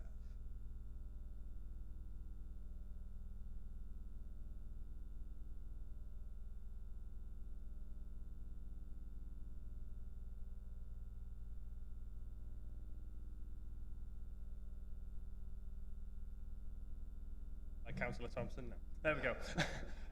So thank you. This will be quick because I got finished early last year in terms of my responses. So Councillor Brown started us off and talked about the problems of voting against the budget when no feasible alternative has been proposed, and I just want to point out that the Section 151 officer does make himself available to all political groups in order that an alternative budget can be proposed. But also I recognise why it hasn't, because there quite genuinely isn't an alternative to this. Because of some of the national decisions that have been made to local government, this is effectively the only choice we have, to quote Councillor Smith, to stay responsible and financially responsible. It is our fiduciary duty to pass a legal budget, and Councillor Smith has always led the charge in that way in terms of his responsibility that he sees it in terms of his representation on this council. Councillor Hart and Salvin questioned the council tax going up, and Councillor Salvin in particular questioned some government decisions. But I think Councillor Davies later on provided quite a good response to that, which was to quote that there are 82% of local councils this year putting council tax up by the maximum. Indeed, 6 of those councils are putting it up by more than the maximum because of problems that they've had. Councillor Salvin mentioned that there wasn't enough government support, but I do want to re-emphasise that we have got £7.7 million of additional grant funding this year through government support. Would we like more? Yes. Would we like more quicker? Yes. However, we can't unpick some of the mistakes of the last 15 years overnight. And I do think there's a step in the right direction there, but of course we shall continue to lobby for more.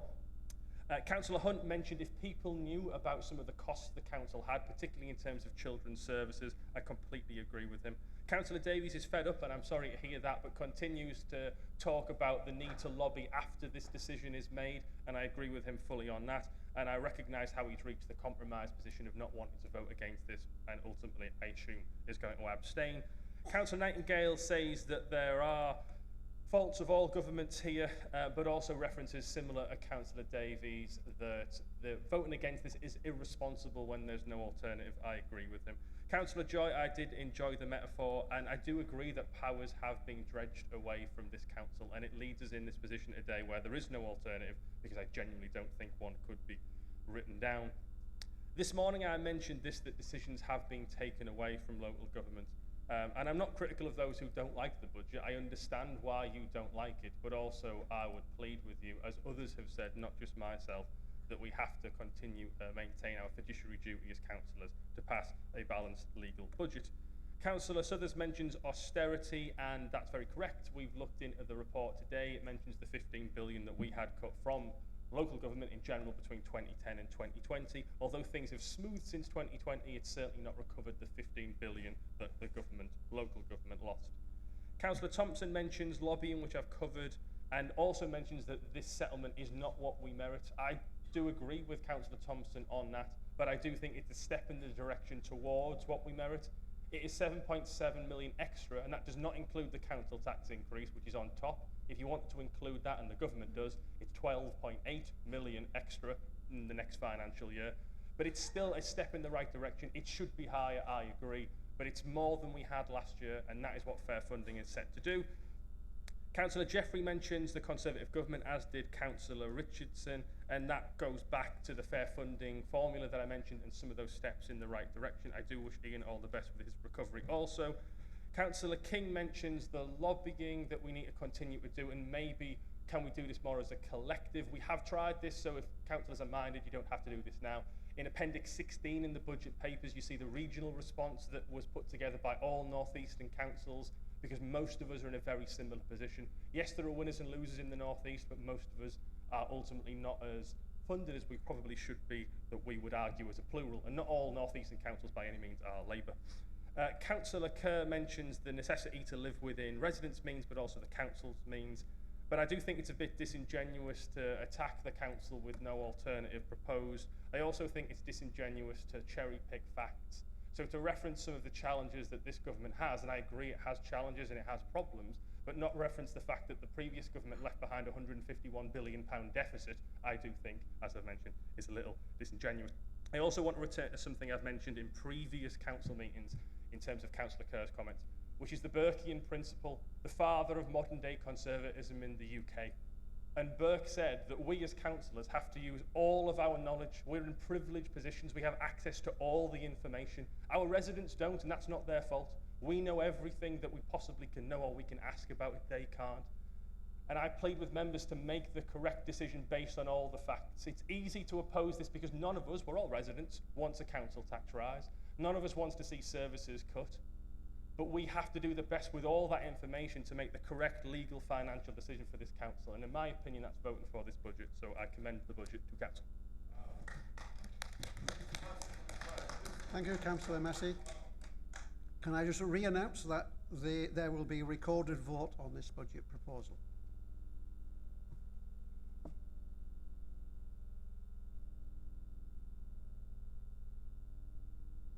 The names of each individual member, if you can please indicate whether you are for, against or abstaining on the budget proposals. Councillor Barnes. Councillor Bendelow. Councillor Berry. Councillor Brooke. Councillor Brown. Councillor Corley. Councillor Cheney. Councillor Clark, R. Councillor Clark, B. Councillor Crane. Councillor Craven. Councillor Kerr.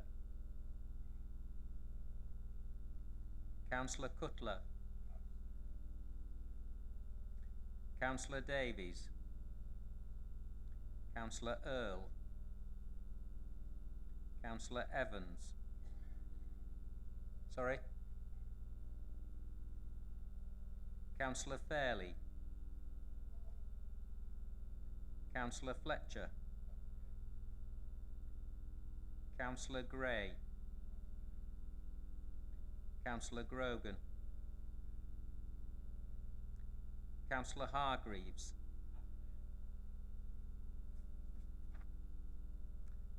Councillor Hart.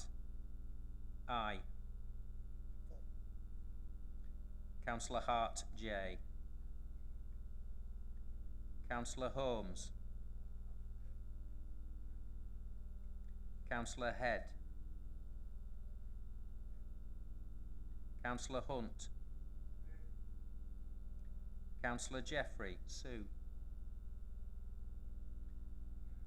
Councillor Jones.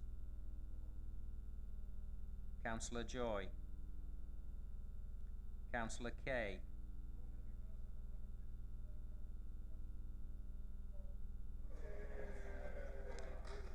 Councillor King. Councillor Lavin.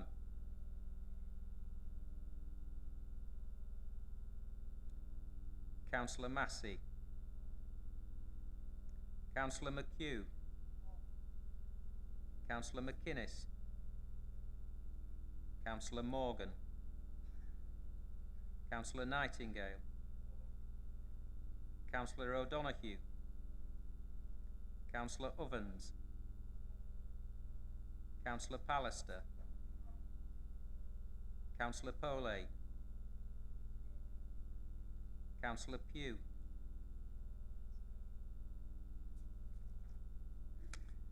Councillor Quatermain. Councillor Richardson. Councillor Ryder. Councillor Rinn. Councillor Salvin. Councillor Smith. Councillor Suthers. Councillor Simon. Councillor Thompson. Councillor White.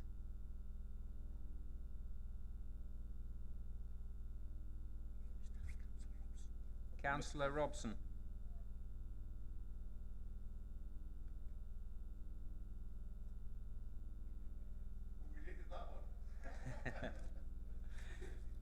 Thank you.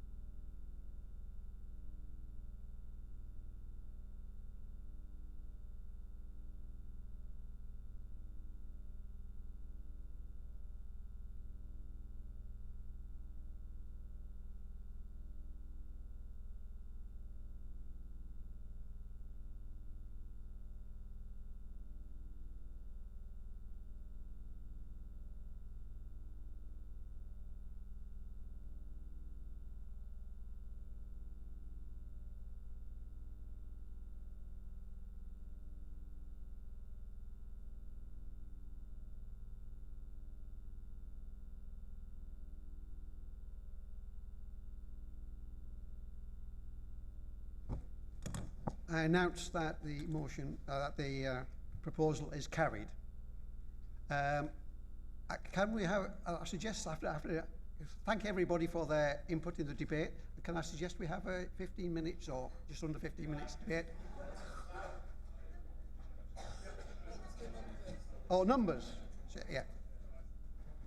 I will answer that in a second when I've got them.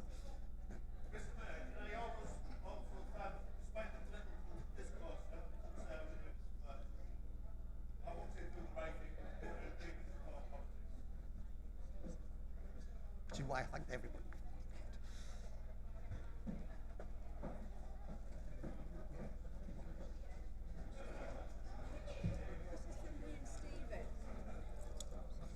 Oh, from the walk. Oh, yes. Oh, I'll have the brown envelope. There's no brown. Thankfully, it's not in the brown envelope. Yeah, I'll give it to Jane. No, I'll give it to Jane. We'll go through the votes. So we have Brown, Spencer, Berry, Brown, Corbyn, Tierney, Pratt, Craven, Earls.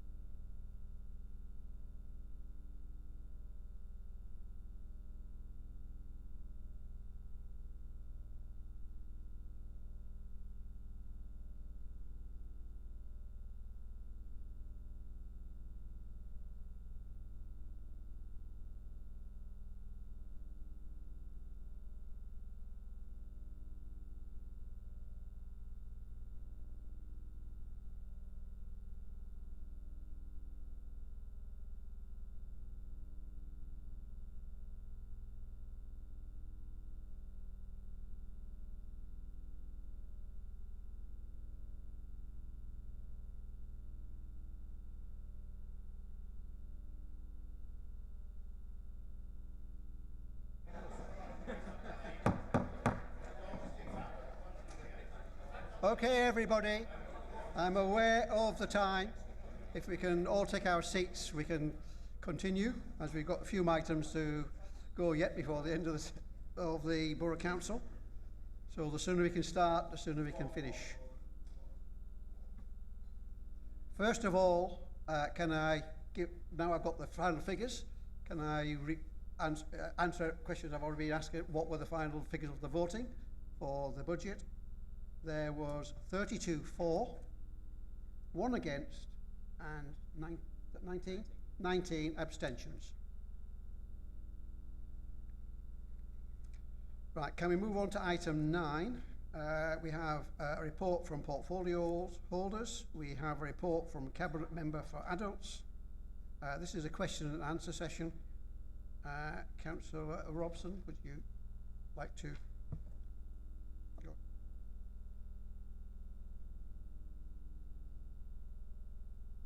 A lot of vulnerable adults in Redcar and Cleveland would, I think, suffered if we hadn't. This is my 3rd year as Cabinet Member for Adults, and I'd like to begin by thanking all councillors for the valuable work you do that represent those who look to Redcar and Cleveland's adult social care for support.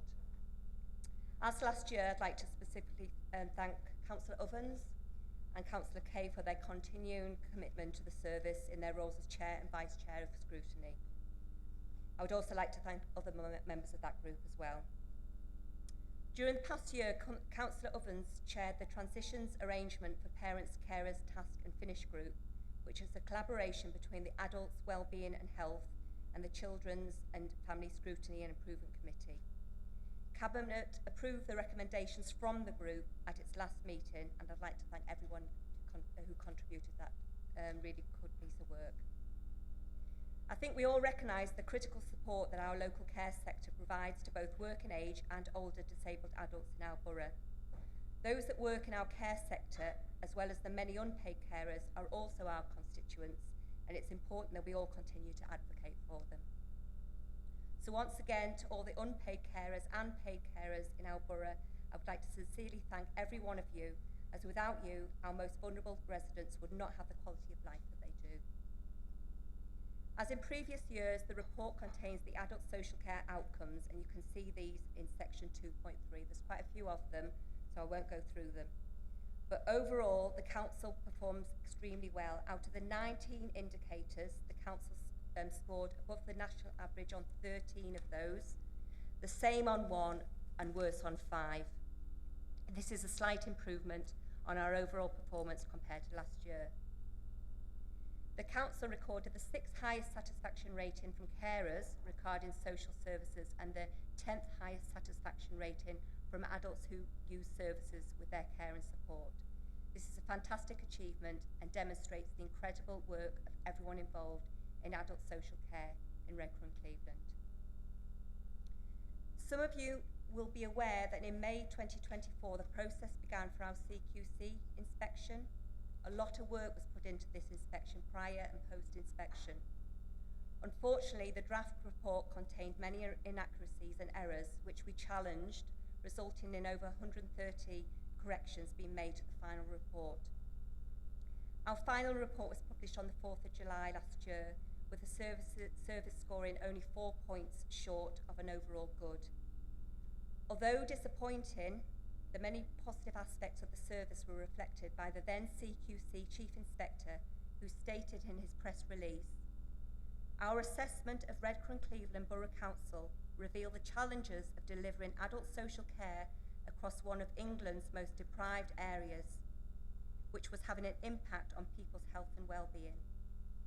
Despite these challenges, leaders were committed to addressing people's needs by developing preventative strategies to help reduce their need for more formal support.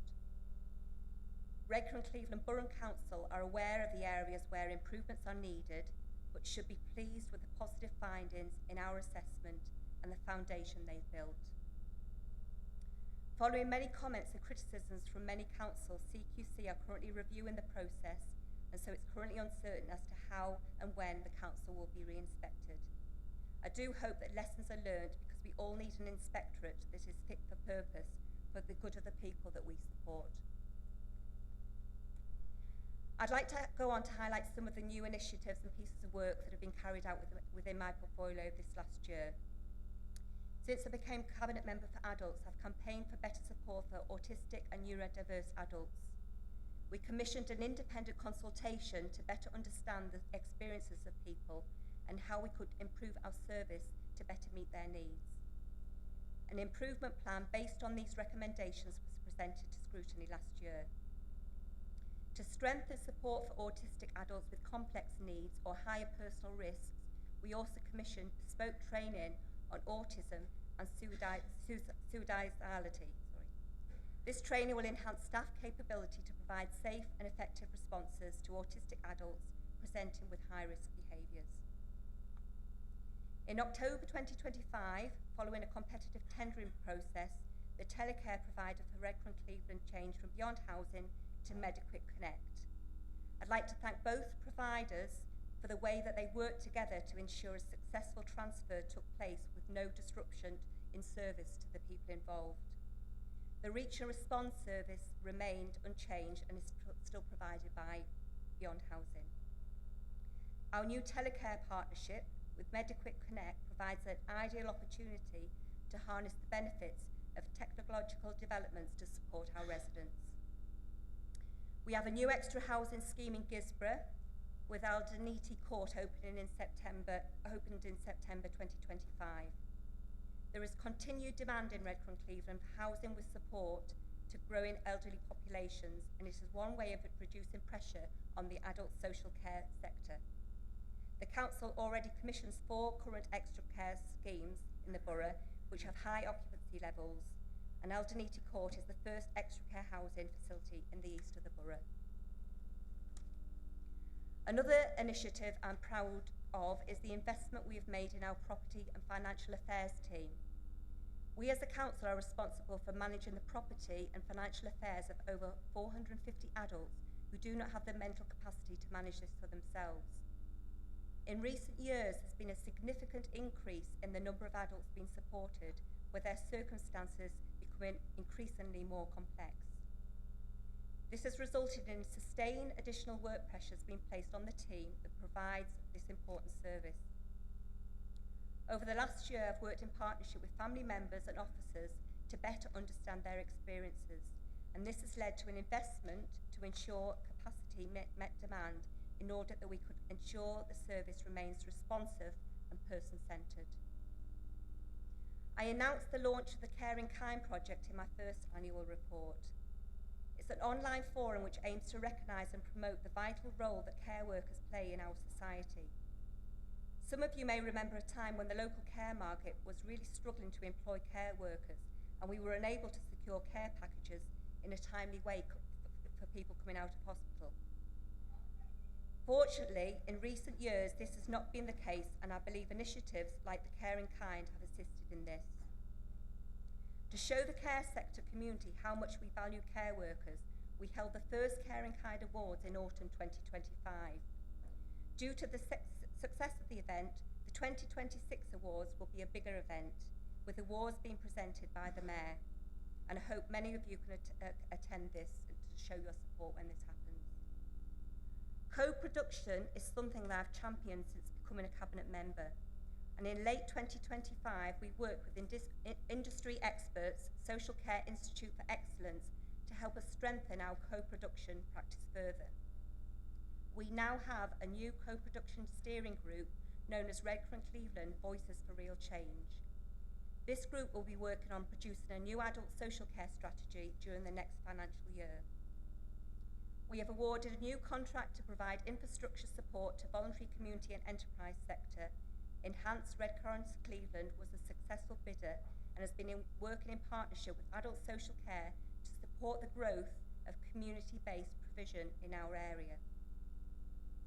I believe all of us will in some way eventually be affected by dementia. In 2024, 1,373 people aged over 65 in Redcar and Cleveland had a recognised diagnosis of dementia, and it's vital that we act collectively to ensure people with dementia and their families receive the support they need to live well within our borough. The dementia-friendly Borough programme helps adults live well with dementia and provides essential support to their carers, and the Council commissions Dementia Action Teesside to support this programme. For me, one of the most impactful initiatives that I've witnessed firsthand is the Dementia Dance, an incredible collaboration between Dementia Action Teesside and Redcar and Cleveland College. And I'm immensely proud that our Dementia Dance was a finalist in the Educate North Awards Community Engagement category in 2025, so well done to them.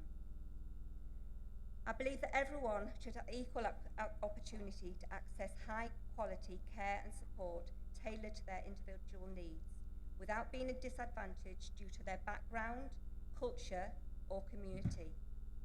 These principles of equity apply not only to the people we that support, but also to our workforce. The service undertook a comprehensive self-assessment in 2025 using the Diverse by Design model. This work resulted in the following mission statement that distills our equity, inclusion and belonging vision in adult social care. Together, we create an inclusive, fair and person-centred environment where every voice is heard, differences are valued and barriers are broken through learning, openness and action. A practical and targeted action plan has been developed to put this mission into practice. One example of this enhanced offer is Redcar to racism training that we have commissioned and piloted. We will now be rolling this out as mandatory training for all adult social staff over a 6-month period to embed consistent expectations, language and behaviours across the workforce. Poverty is another barrier that can exclude people from accessing services and results in inequalities. In response, Cabinet approved a poverty strategy at its meeting on the 29th of April 2025. One element of the Council's response to tackling poverty was for poverty-proofing training to be delivered to staff in adult social care and for a poverty-proofing pilot to be undertaken in one service area. The pilot took place in adult mental health services and the report on the pilot will be available in the spring. So to conclude, in 2026, I'll continue to work hard to support and lead the service to consolidate and extend the improvements delivered in 2025. I'm immensely proud of everyone in the Borough, including our own staff, commission care workers, volunteers and unpaid carers who provide support to adults in our Borough. I'd like to give a special congratulations to our intelligence team for reaching final in the multiple journal digital transformation category this year in the MJ Awards, and also I believe our director Patrick Rice is also up for a leadership award as well as a finalist, so well done to him and the rest of the team. There's a lot of national issues facing social care and they're all well documented, but there's a collective will to ensure adults in our borough are able to live the best life they possibly can. Thank you. Thank you, Councillor Robson, for your report. Can I ask, are there any questions for Councillor Robson? Yes, there is. Councillor Evans. Thank you, Mr. Mayor. Thank you very much, Councillor Robson, for your leadership and another excellent comprehensive report. One thing I want to mention is, and the question I'm asking is, looking forward, you mentioned the transition board, which of course I was quite involved in, and I understand that it's to meet shortly. There is a diary date in for that transition board to meet. So I'd like to know when. You may have told me, but it has slipped out of my diary. And linked in with that was the common feature of communications and what we call plain English, because often when they're transitioning into statutory areas, it's very much legal jargon and not plain, well, not so plain sailing as it has been in the children's department. So I think that's all I really, except to say there could be many, many things that I would like to have asked, but I know I'll be slapped on the hand because it would be all to do with budget. Thank you very much. Councillor Robson.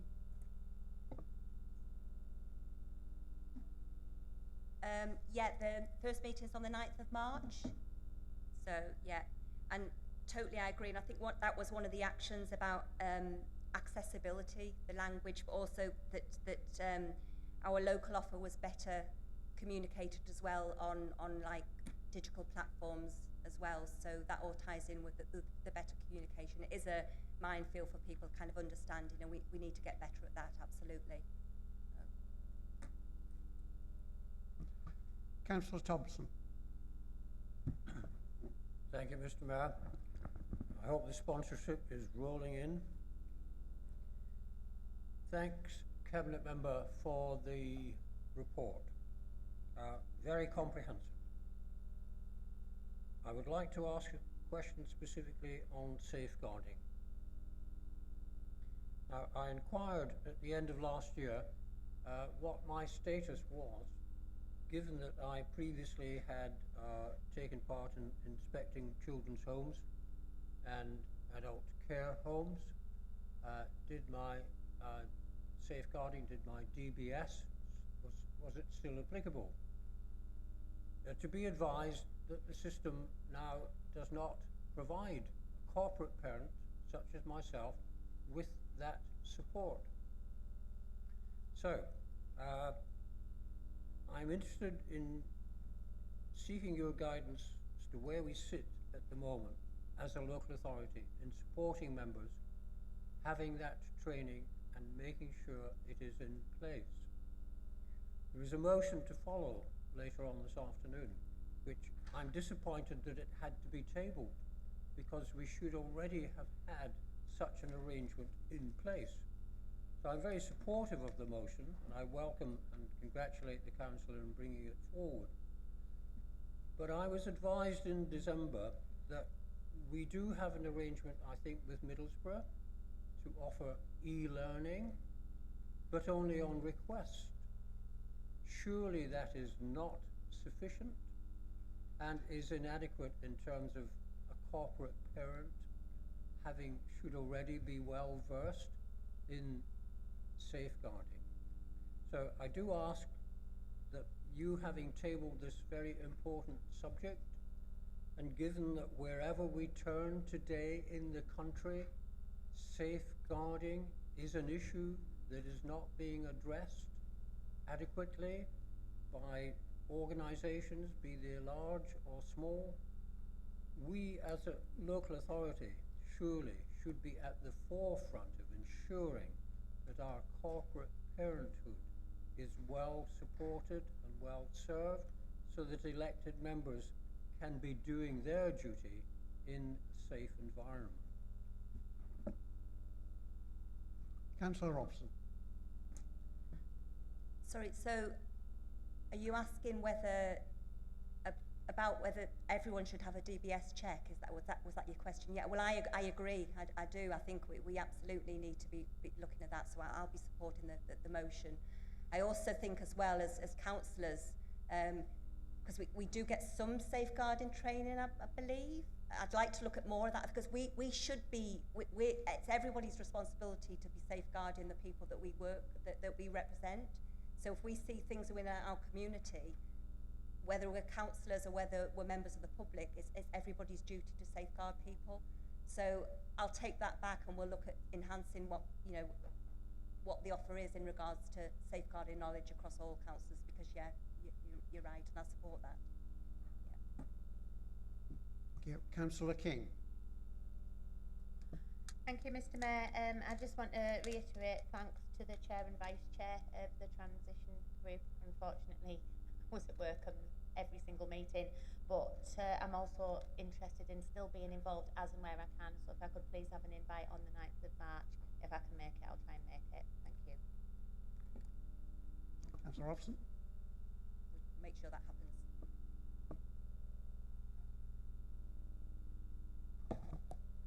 Thank you, Mr. Mayor. It's just a small query, actually. It's in relation to the telecare offer. I note that it's changed from Beyond Housing to Mediquip Connect, and I just wondered, is that purely on cost basis, or were Medicare able to offer additional sort of value to the contract? It wasn't just on cost. Mediquip were a national organisation that had a lot of expertise in the kind of the higher level technical kind of stuff, so what they could kind of bring. They're going to be working kind of locally, you know, they'll have a local kind of base, but they you know, they've got years and years of expertise, so that the knowledge that they brought is quite exciting, so yeah. I don't know. I will check out, but I don't think so. But I will answer that. I'll find out the details. Yeah, but I think it was on what they could offer us, really. Yeah. Thank you. Councillor Kerr. Thank you, Mr. Mayor. Thank you, Councillor Robson, for your report, as always. There is no financial information in the report, so we are only really getting part of the picture. I'm particularly interested in, I understand there is a budget pressure on continuing healthcare, which is to do with when people leave hospital and who pays for their care. And I understood it was over £1 million, although that might have changed. Can you say how we are addressing that, please? Yeah, so you're right, we are overspent this year. It's about 1.7, and we have brought that down a bit since sort of the last quarter, but we are overspent by 1.7. A lot of that, although there's definitely issues around continuing healthcare, and we're in conversations with the ICB about that. The main pressure of that overspend actually has been on our residential care. We've had a few more people. The difficulty is we increase the numbers of people over the age of 65 is growing year on year, and that has resulted in more people being within long-term kind of care. So we've had a few more people there.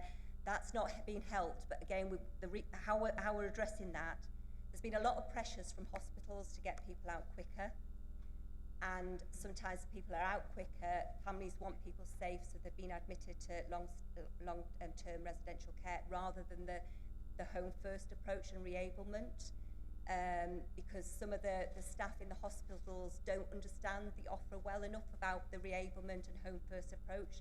So in order to get them out, it's like, right, let's get them a residential care bed. So what we're doing to address that is we've now got an increased social worker within the team in the hospital, in order that we can make sure that, yes, we'll support people to get out quicker, but the social workers understand what's available locally, so we can get the reablement team in. And Meadowgate, some people might have visited Meadowgate, so that's the main thing that we're addressing around that, is to ensure that. And the other thing we're doing as well is sometimes people are discharged from hospital into residential care, but on a short-term basis, and it's meant to be short-term, but what we found is that once they're in there, it's really hard to get people out. That's ending up being a long-term sort of placement. So again, we've got work going on to oversee that people do need to be in there at the short term, but it should be forever. So much more work going in to ensure that they're quickly supported to discharge, and then they can get that community reablement at home. So those are the main measures that we're doing around that.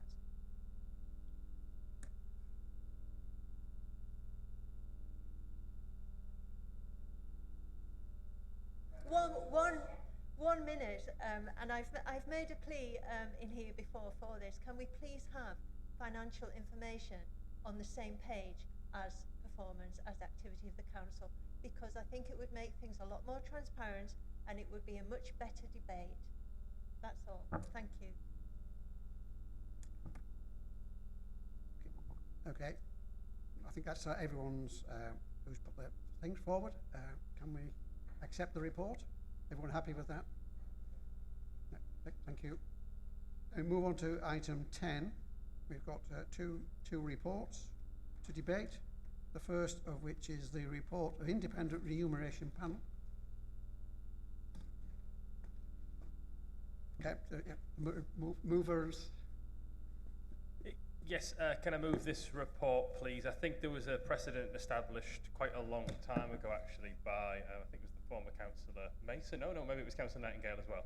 But certainly when the Liberal Democrat Independent Coalition was in power, the idea that councillors should actively be involved in setting their own remuneration seems a little antiquated, shall we say. So I think the precedent that was set previously was that whatever the independent remuneration panel decides, this council should, and obviously there's a decision to be made today, but my recommendation and the report's recommendation is that the council should decide whatever the panel says. If the panel says it goes up, it goes up. If it goes down, it goes down. If it stays the same, it stays the same. And the panel's report is basically that the entire members' allowance scheme will stay the same in terms of what's already previously been agreed. The only slight changes that they're suggesting the removal of the telephone allowance, which is not particularly used and is largely something that was when councillors had home phones and used part of their home phones for council work. So they are suggesting, not me, I'm not part of that particular panel, they're suggesting the deletion of the telephone allowance and no other change to the scheme. However, I do want to make members aware that no other change to the scheme does include, because the scheme now includes, the councillors would receive the same pay increase as the lowest remunerated members of staff at the authority. So if those staff get no pay increase, which I think is unlikely, councillors would get no increase, but if they get a small increase, councillors would get the same. They would get the lowest possible increase of any member of staff at the authority. So whatever the lowest percentage is, councillors would get. If that percentage is 0, councillors get 0. Sorry, just to clarify that. So I move the report. Thank you. Thank you, Councillor Massey. Do we have a seconder? Does a seconder wish to speak? Okay, thank you. Does anyone wish to debate the topic? I've got no names at the moment. Can we therefore accept the report, please? Okay, thank you. Shall we go on to the second item, the exemption from attendance at meetings? Who is going to... Yeah.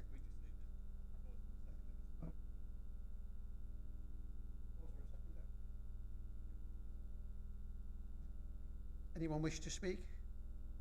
No? Can we accept the recommendation? Okay, thank you.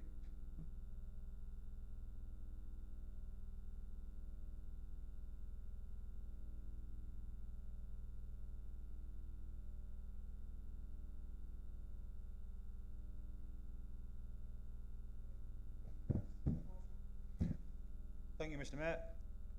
Obviously, after the budget political back and forth, I asked this chamber to be as one.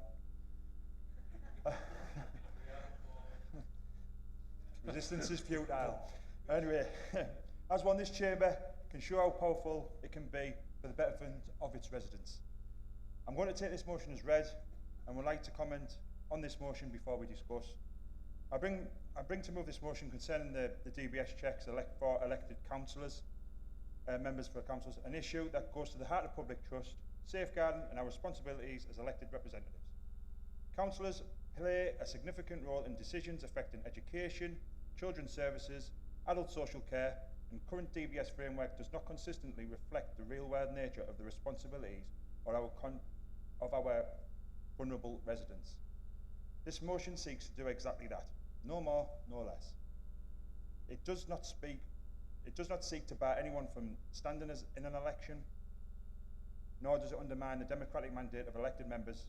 It fully recognises that the holding elected office cannot be made conditional on passing a DBS check. What it does do is draw a clear and proportionate distinction between the right to hold office and eligibility to serve in specific safeguarding related roles. Importantly, this motion also recognises fairness. It is explicit that the DBS outcomes would relate only to suitability for specific roles, not a councillor's ability to serve their community as an elected representative. Across the public sector, individuals in far less influential roles are routinely subject to DBS checks. Obviously, our brilliant social workers and everyone that works in care and school, they are like the top people that we should be looking to put our standards to. But also, in my own industry in the past, door supervisors, security guards are also can't work within them roles without a DBS check. It's entirely reasonable that councillors who help shape decisions affecting vulnerable people should be willing to meet similar safeguarding expectations. Public confidence of people in office is at an all-time low, from royalty, lords, members of parliament and councillors, and this motion will give Redcar and Cleveland residents some reassurance that the elected members are safe around their vulnerable loved ones, who are also valuable to them as well. Residents were more than shocked when they found out that their councillors are not DBS checked. There's been historical issues of elected members up and down the country that have been convicted of crimes such as indecent images of children, sexual abuse of a minor, boys and girls, drugs, rape, sexual assault of a child, voyeurism. And this week alone, a councillor has been convicted of sending offensive messages and sharing photography or film of a person in an intimate state with the intention to cause distress and humiliation. Unfortunately, this motion is about protecting residents, protecting officers, and protecting councillors themselves, or ourselves. It's about strengthening confidence in local democracy and demonstrating that this council takes safeguarding seriously, not just in words, but in action. I would also like to thank Councillor King for facilitating with their wealth of knowledge in bringing this motion to this chamber with me, and commend this motion to council and ask members to support it. Thank you.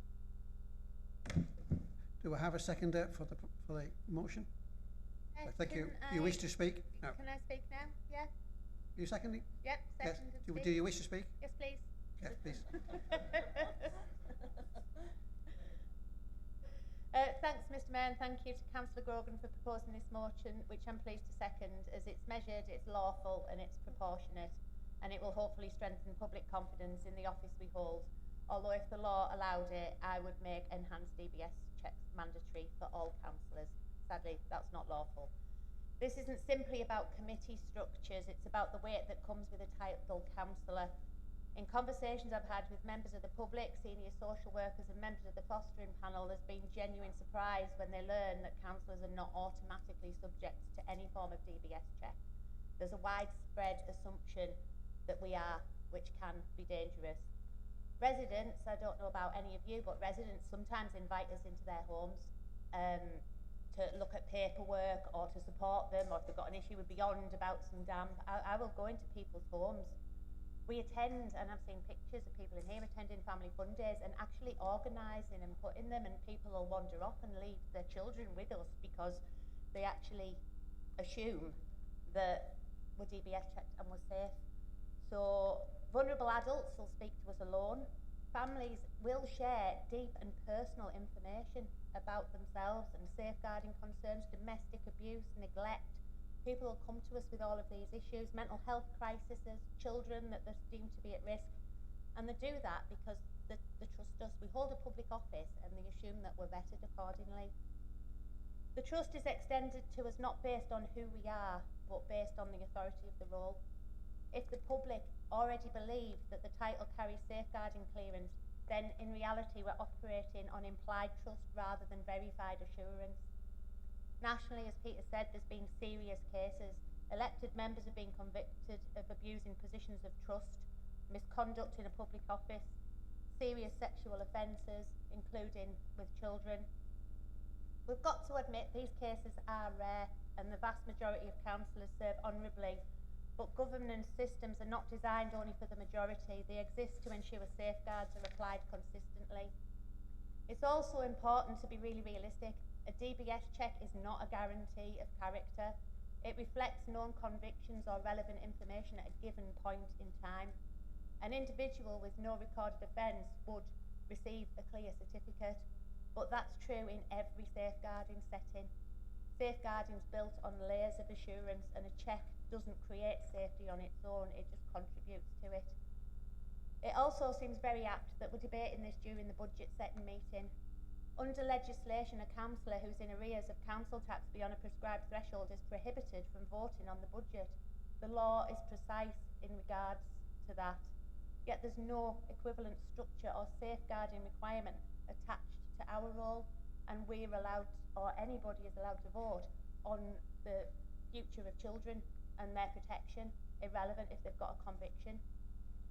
So this motion doesn't rewrite disqualification law, it doesn't remove anyone from elected office, it simply says that when a standard or enhanced DBS checks are legally permissible, we should adopt them as best practice, and they should always be handled confidentially within a clear policy framework. Teachers, social workers, fostering panel members and volunteers all working with vulnerable people accept these checks as routine. It's not unreasonable that councillors should be required to meet comparable expectations where the law allows. It's not political, it's everyone's business. Where there's a gap between public expectation and formal process, responsible governance should seek to close that gap carefully and lawfully. And I do hope you'll support this motion because governance is about consistency and not assumption. Thank you. Thank you, Councillor King. Councillor Brown. Resistance isn't futile because we're all one. I'm impressed that you got the Borough reference though. Absolutely happy to support that. The group are happy to support it. As a parent, I'm amazed that corporate parents cannot be DBS checked. I badly ran my daughter's football team for a season and I had to go through advanced DBS for that. We absolutely support the merit of it and thank you both for bringing it to the chambers. Councillor Davies. Yeah, thank you, Mr. Mayor. Yeah, again, supportive of the motion. I think it's one of the things I was always very surprised of was that we always got, I think the only time I've ever been asked for a DBS check in this whole time of being on the council was when we were waiting for care homes and did the visits with the officers. The only time I've ever been asked for one. But how often are you proposing that these are done? Because obviously a DBS check is only as relevant as the day that it's produced. So is there going to be an assertion that we do it every year? Just for every 4 years? Yeah, it's just one of the questions I had on that process. Thank you, Mr. Mayor. Thank you, Councillor. Councillor Grogan, would you like to... Oh, I've got some more names suddenly popped up. Apologies. Councillor Kerr. Yeah, thank you, Mr. Mayor. Thank you to Councillor Grogan and to Councillor King for bringing the motion, and we wholeheartedly support it. Obviously we do. Thank you. Councillor Kerr. Councillor Barnes.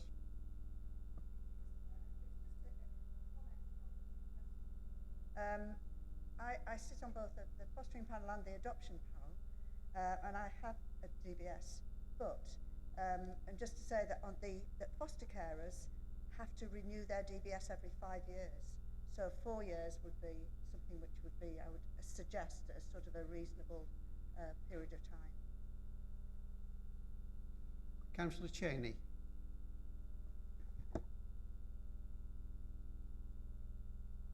So what you're saying is that if your DBS has something on there, you can't do anything with vulnerable adults, children, etc. You can't sit on any committees. I get that, and I think that's perfectly brilliant. But my concern is, what happens when there's a vote in the chamber? Is that councillor excluded from a vote as well? Because you don't cover that off. What you were saying is you're not allowed to sit on a committee, but we get reports in here, children's reports, adult reports. So is that councillor then not allowed to vote in that?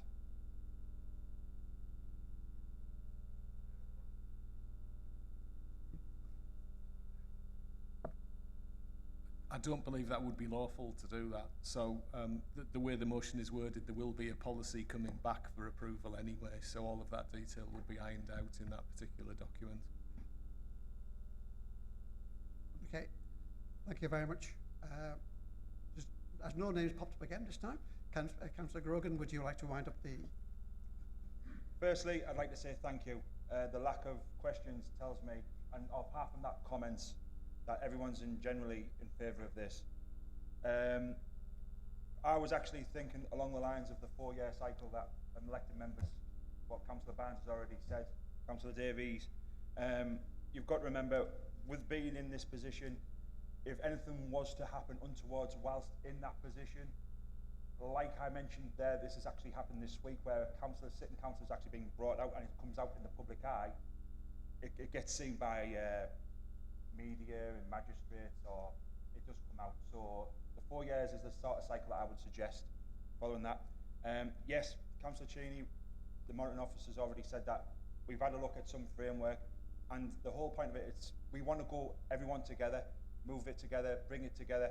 and it's going to come back here for everyone, hopefully to approval once the monitoring officers manage to do these tweaks. He has got some framework that I've given from other councils that we're going to just adjust to integrate with our council, and I'd like to say thank you for everyone that's been supportive. Thank you.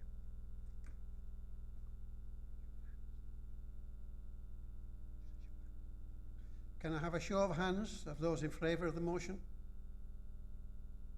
Thank you. Anyone against? Or anyone wish to abstain? No, the motion is definitely carried. Thank you all. Can we move on to item 12? The following change has been received and circulated. Can this be agreed that Councillor Barnes replace Councillor Joy on Children and Family Scrutiny and Improvement Committee? Everyone? Yep, everyone agreed? Thank you very much, everyone. Right, we move on to our last item 13, questions to the council members. Question 1 from Councillor Kay to Councillor Quatermain, Cabinet Member for Highways and Transport. Councillor Kay. This question concerns the dangerous state of the roads in my Lockwood ward, which, like the rest of East Cleveland, is suffering from a blight of unfilled potholes, partly caused by road surfacing delays and prevarication. As a result of my badgering over a period of at least 3 years, after endless excuses and delays, the council recently got round to resurfacing the atrocious pothole section of Stanghow Road between Skelton and Lingdale Crossroads. The drainage and white lining still isn't right, but otherwise that stretch of Stanghow Road has been greatly improved. But the irony of all this is that, despite the road's name, Stanghow Road, the section of road through Stanghow Village and onto the A171 Moor Road, despite my protestations, was omitted from the resurfacing scheme. As a result, drivers risk serious damage to their vehicles from deep potholes, or worse, head-on collisions as they swerve round them. Occasionally, the council fills in a few potholes, but usually within days they reappear. Of course, in Lockwood Ward, it's not only Stanghow Road that suffers from the pothole menace. Even locations like Jolly Sailor Bank and Burke Brow on the A171 are frequently riddled with open potholes and dodgy temporary patching. Margrove Road, between Charlton's and Boosbeck, is in a parlous state with holes and sunken patches. Recently I received reports after report of damage done to vehicles owing to a massive pothole opposite Margrove Caravan Park. The road from Boosbeck to Lingdale is gradually disintegrating because of long-term neglect. The council is failing to deal with this pothole menace promptly and effectively. Even when the council gets round to doing something, the patches often disintegrate within a few days. Instead of all these temporary patches, the council needs to repair its potholes both swiftly and effectively. I've got 2 questions relating to this subject. 1, will the council urgently complete the resurfacing of Stanghow Road? Why do half a job? 2, why has the council completely failed to get on top of the pothole menace? Do drivers have to suffer the same horrors on East Cleveland's roads next winter?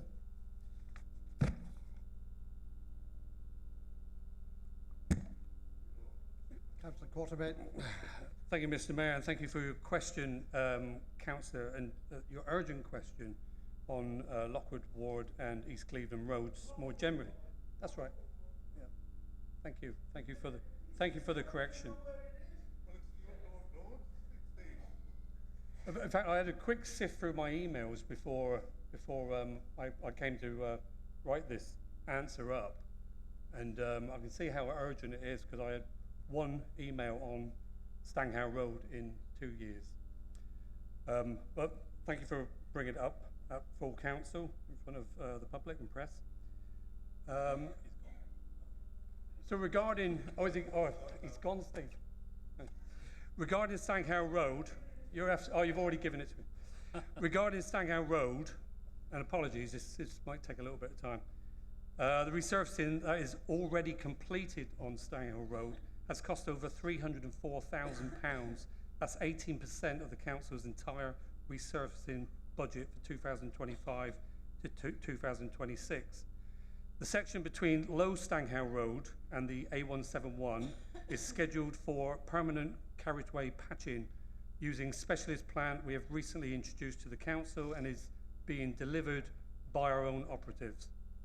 The section from the A171 to Miller's Lane, I hope you're making a note of all this, is currently within the provisional resurfacing programme for 2027 to 2028, as is Lingdale Road between Boosbeck and Lingdale. This section of Lingdale Road has recently been assessed, and although it does show areas of wear and tear due to traffic and stress, it currently shows no structural failure. And patching work at Birkback Brow on the A171 has recently been completed. These jobs mentioned are significant investments and just a small example of the work undertaken and planned for, so I do not accept the suggestion that our roads in East Cleveland are being neglected. Highway schemes have been delivered within available budgets, so works are prioritised and programmed rather than just attempting to do everything all at once. Highways will continue to monitor their condition and will adjust the programme based on need if necessary. Regarding potholes, I absolutely recognise residents' concerns. Every winter we receive the same concerns, and every winter our small highways team step up and work in difficult conditions to keep our road network moving. They are out in the rain, the frost and cold conditions, repairing roads and making them safe, and they deserve real credit for the work they do. The root cause of the deterioration has been prolonged periods of wet and cold weather. Water gets into small cracks, freezes, expands, and traffic then breaks the surface apart. During the winter months, the crews often have to use cold mixed asphalt because it can be applied in wet and cold conditions. However, the prolonged wet weather this winter has meant that some temporary repairs have failed earlier than normally expected. It's also worth noting that modern road materials are not as robust as they once were. Asphalt has changed over the years to reduce harmful emissions and environmental impacts, including the removal of tar and increased use of recycled materials. This is why I'm very keen to continue to trial and test enhanced tarmac materials. This is a national issue affecting highways authorities right across the country and not just Redcar and Cleveland. Despite these challenges, we expect to repair over 11,000 potholes this financial year. It's one of the highest amount of potholes we've had in recent years. It's simply not accurate to say the council is failing to deal with potholes when thousands of repairs are carried out every year. That isn't a council failing to act. That's a small highways team working in all weathers every week to maintain more than 700 kilometres of roads, the distance of here to London and back. And I will continue to work right through to next winter, and they will continue to work right through to next winter and beyond to keep this borough moving. They deserve recognition for that work, and I thank them wholeheartedly.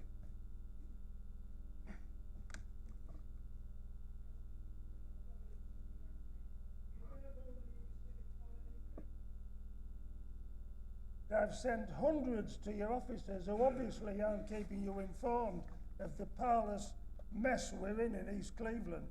However, my question is this. There is a piece of kit on the market which can allegedly cut, crop and clean with one machine, effectively repairing each pothole in less than 8 minutes. Why don't we investigate and consider one of these machines? Councillor Quartermain. Thank you for your supplementary. Just to get you up to speed, we have already bought a number of bobcats to do just this type of work. This means that we no longer have to use contractors to patch our roads. We've trained our operatives who do that job right now. Thank you.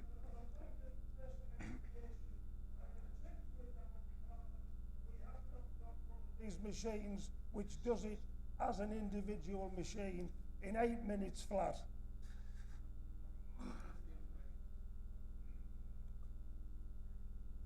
Okay, can we move on then? Also the second of our 3 questions. As I've noticed time, we've got almost at 5 o'clock. We're going to have to stay beyond that if we don't do get to move on. Question, can I have question 2 from Councillor Cutler to Councillor Bendolo? Thank you, Mr. Mayor, and thank you, Councillor Bendolo, and congratulations in your new position. You've got a hard pair of boots to fill. Given the Council's decision to stop checking recycling bins for incorrect items, which removed a key enforcement and education tool aimed at reducing contamination, could we please state the percentage rate of contaminated household recycling before bin checks were stopped, the contamination rate since checks were withdrawn, and what increase, if any, this has caused in rejected loads and disposal costs or materials being sent for incineration or landfill? Thank you. Thank you, Councillor Cutler, for keeping that short. Councillor Bendolo. Thank you, Mr. Mayor, and I'd like to pay tribute to Councillor Brook. I was going to mention it at my annual portfolio presentation, but I thank Councillor Brook for the hard work that he did, and I think if I had £1 for every time everyone said I've got big shoes to fill, I wouldn't have to be doing this job. I'll be all right. But in answer to your question, the Council introduced the checking and tagging of contaminated recycling bins in late January 2025. This was following several trials across the borough to establish the impact of tagging contaminated recycling bins and in direct response to high contaminated rates. The contamination in December 2024 was 48.79%. The decision to stop tagging recycling bins was implemented in August 2025, as it was always seen as a trial and not a change in policy. And time was needed to assess the impact of tagging and if it had resulted in behavioural change. The contaminant rate in July 2025 was 32.47. As it's only been a few months since we paused the check and tagging of recycling bins, we have not yet got enough data to fully analyse the impact. This is due to the fact that waste data always runs at least 1 month behind due to data checks that are required. Plus we have had Christmas, which is a volatile month for waste, due to the amount produced and issues this can cause. However, I have asked the department to produce a briefing note which will be developed by officers to review the impact of changes and any proposals going forward to ensure we are recycling as much as possible.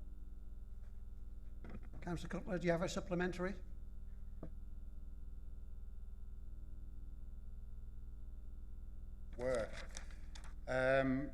Obviously, if there was an increase in the contamination rates, would we look at moving forward and bringing this system back in so that we can get back to reduced rates? If you saw last night on the BBC, they did a good programme about the high levels that we have in the north of England, and I think it was a good tool. I think it worked very, very well. It brought things into line, and the public were being made aware and started to fall into line. But since then, I think things, obviously you haven't got the results for later, so it would be nice if we could continue it, so thank you. Councillor Bendolo. Yeah, thanks for that. Yeah, like I say, I've only just took over the office and it's one of the first things that was discussed with me. But obviously what we've also got as well coming up in the next few weeks is food waste recycling. So recycle rates will automatically go up by default because of the food waste.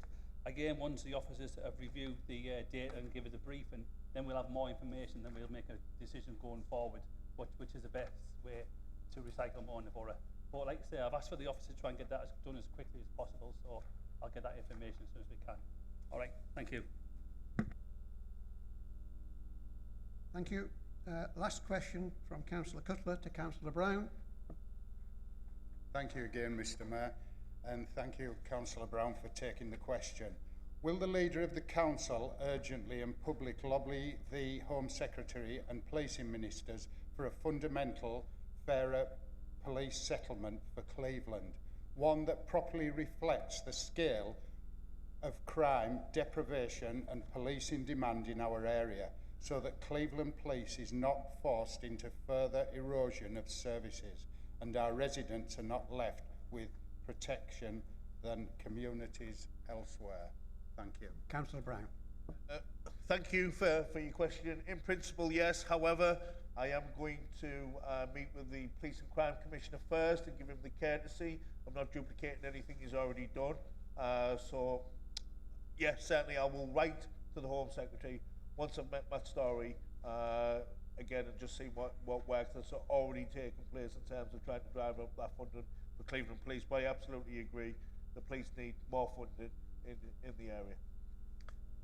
Councillor Cutler, do you have a supplementary? If you do, can you keep it short? Yeah, thank you, Councillor. That I sit on the Police and Crime panel and they echoed back to us exactly what this chamber's done earlier in the day, that we need more funding in the area, and I do appreciate your support. Thank you. Well, that concludes today's meeting and all the items on it. Can I thank everybody for sticking to the end? Or Councillor Brown, do you want to come? Sat there and listened to us for the last 3 hours, bless them. So thank you for staying the course. I've already been up to something. No. What was that? I thought you were ordering pies earlier. No, thanks. Okay, everyone.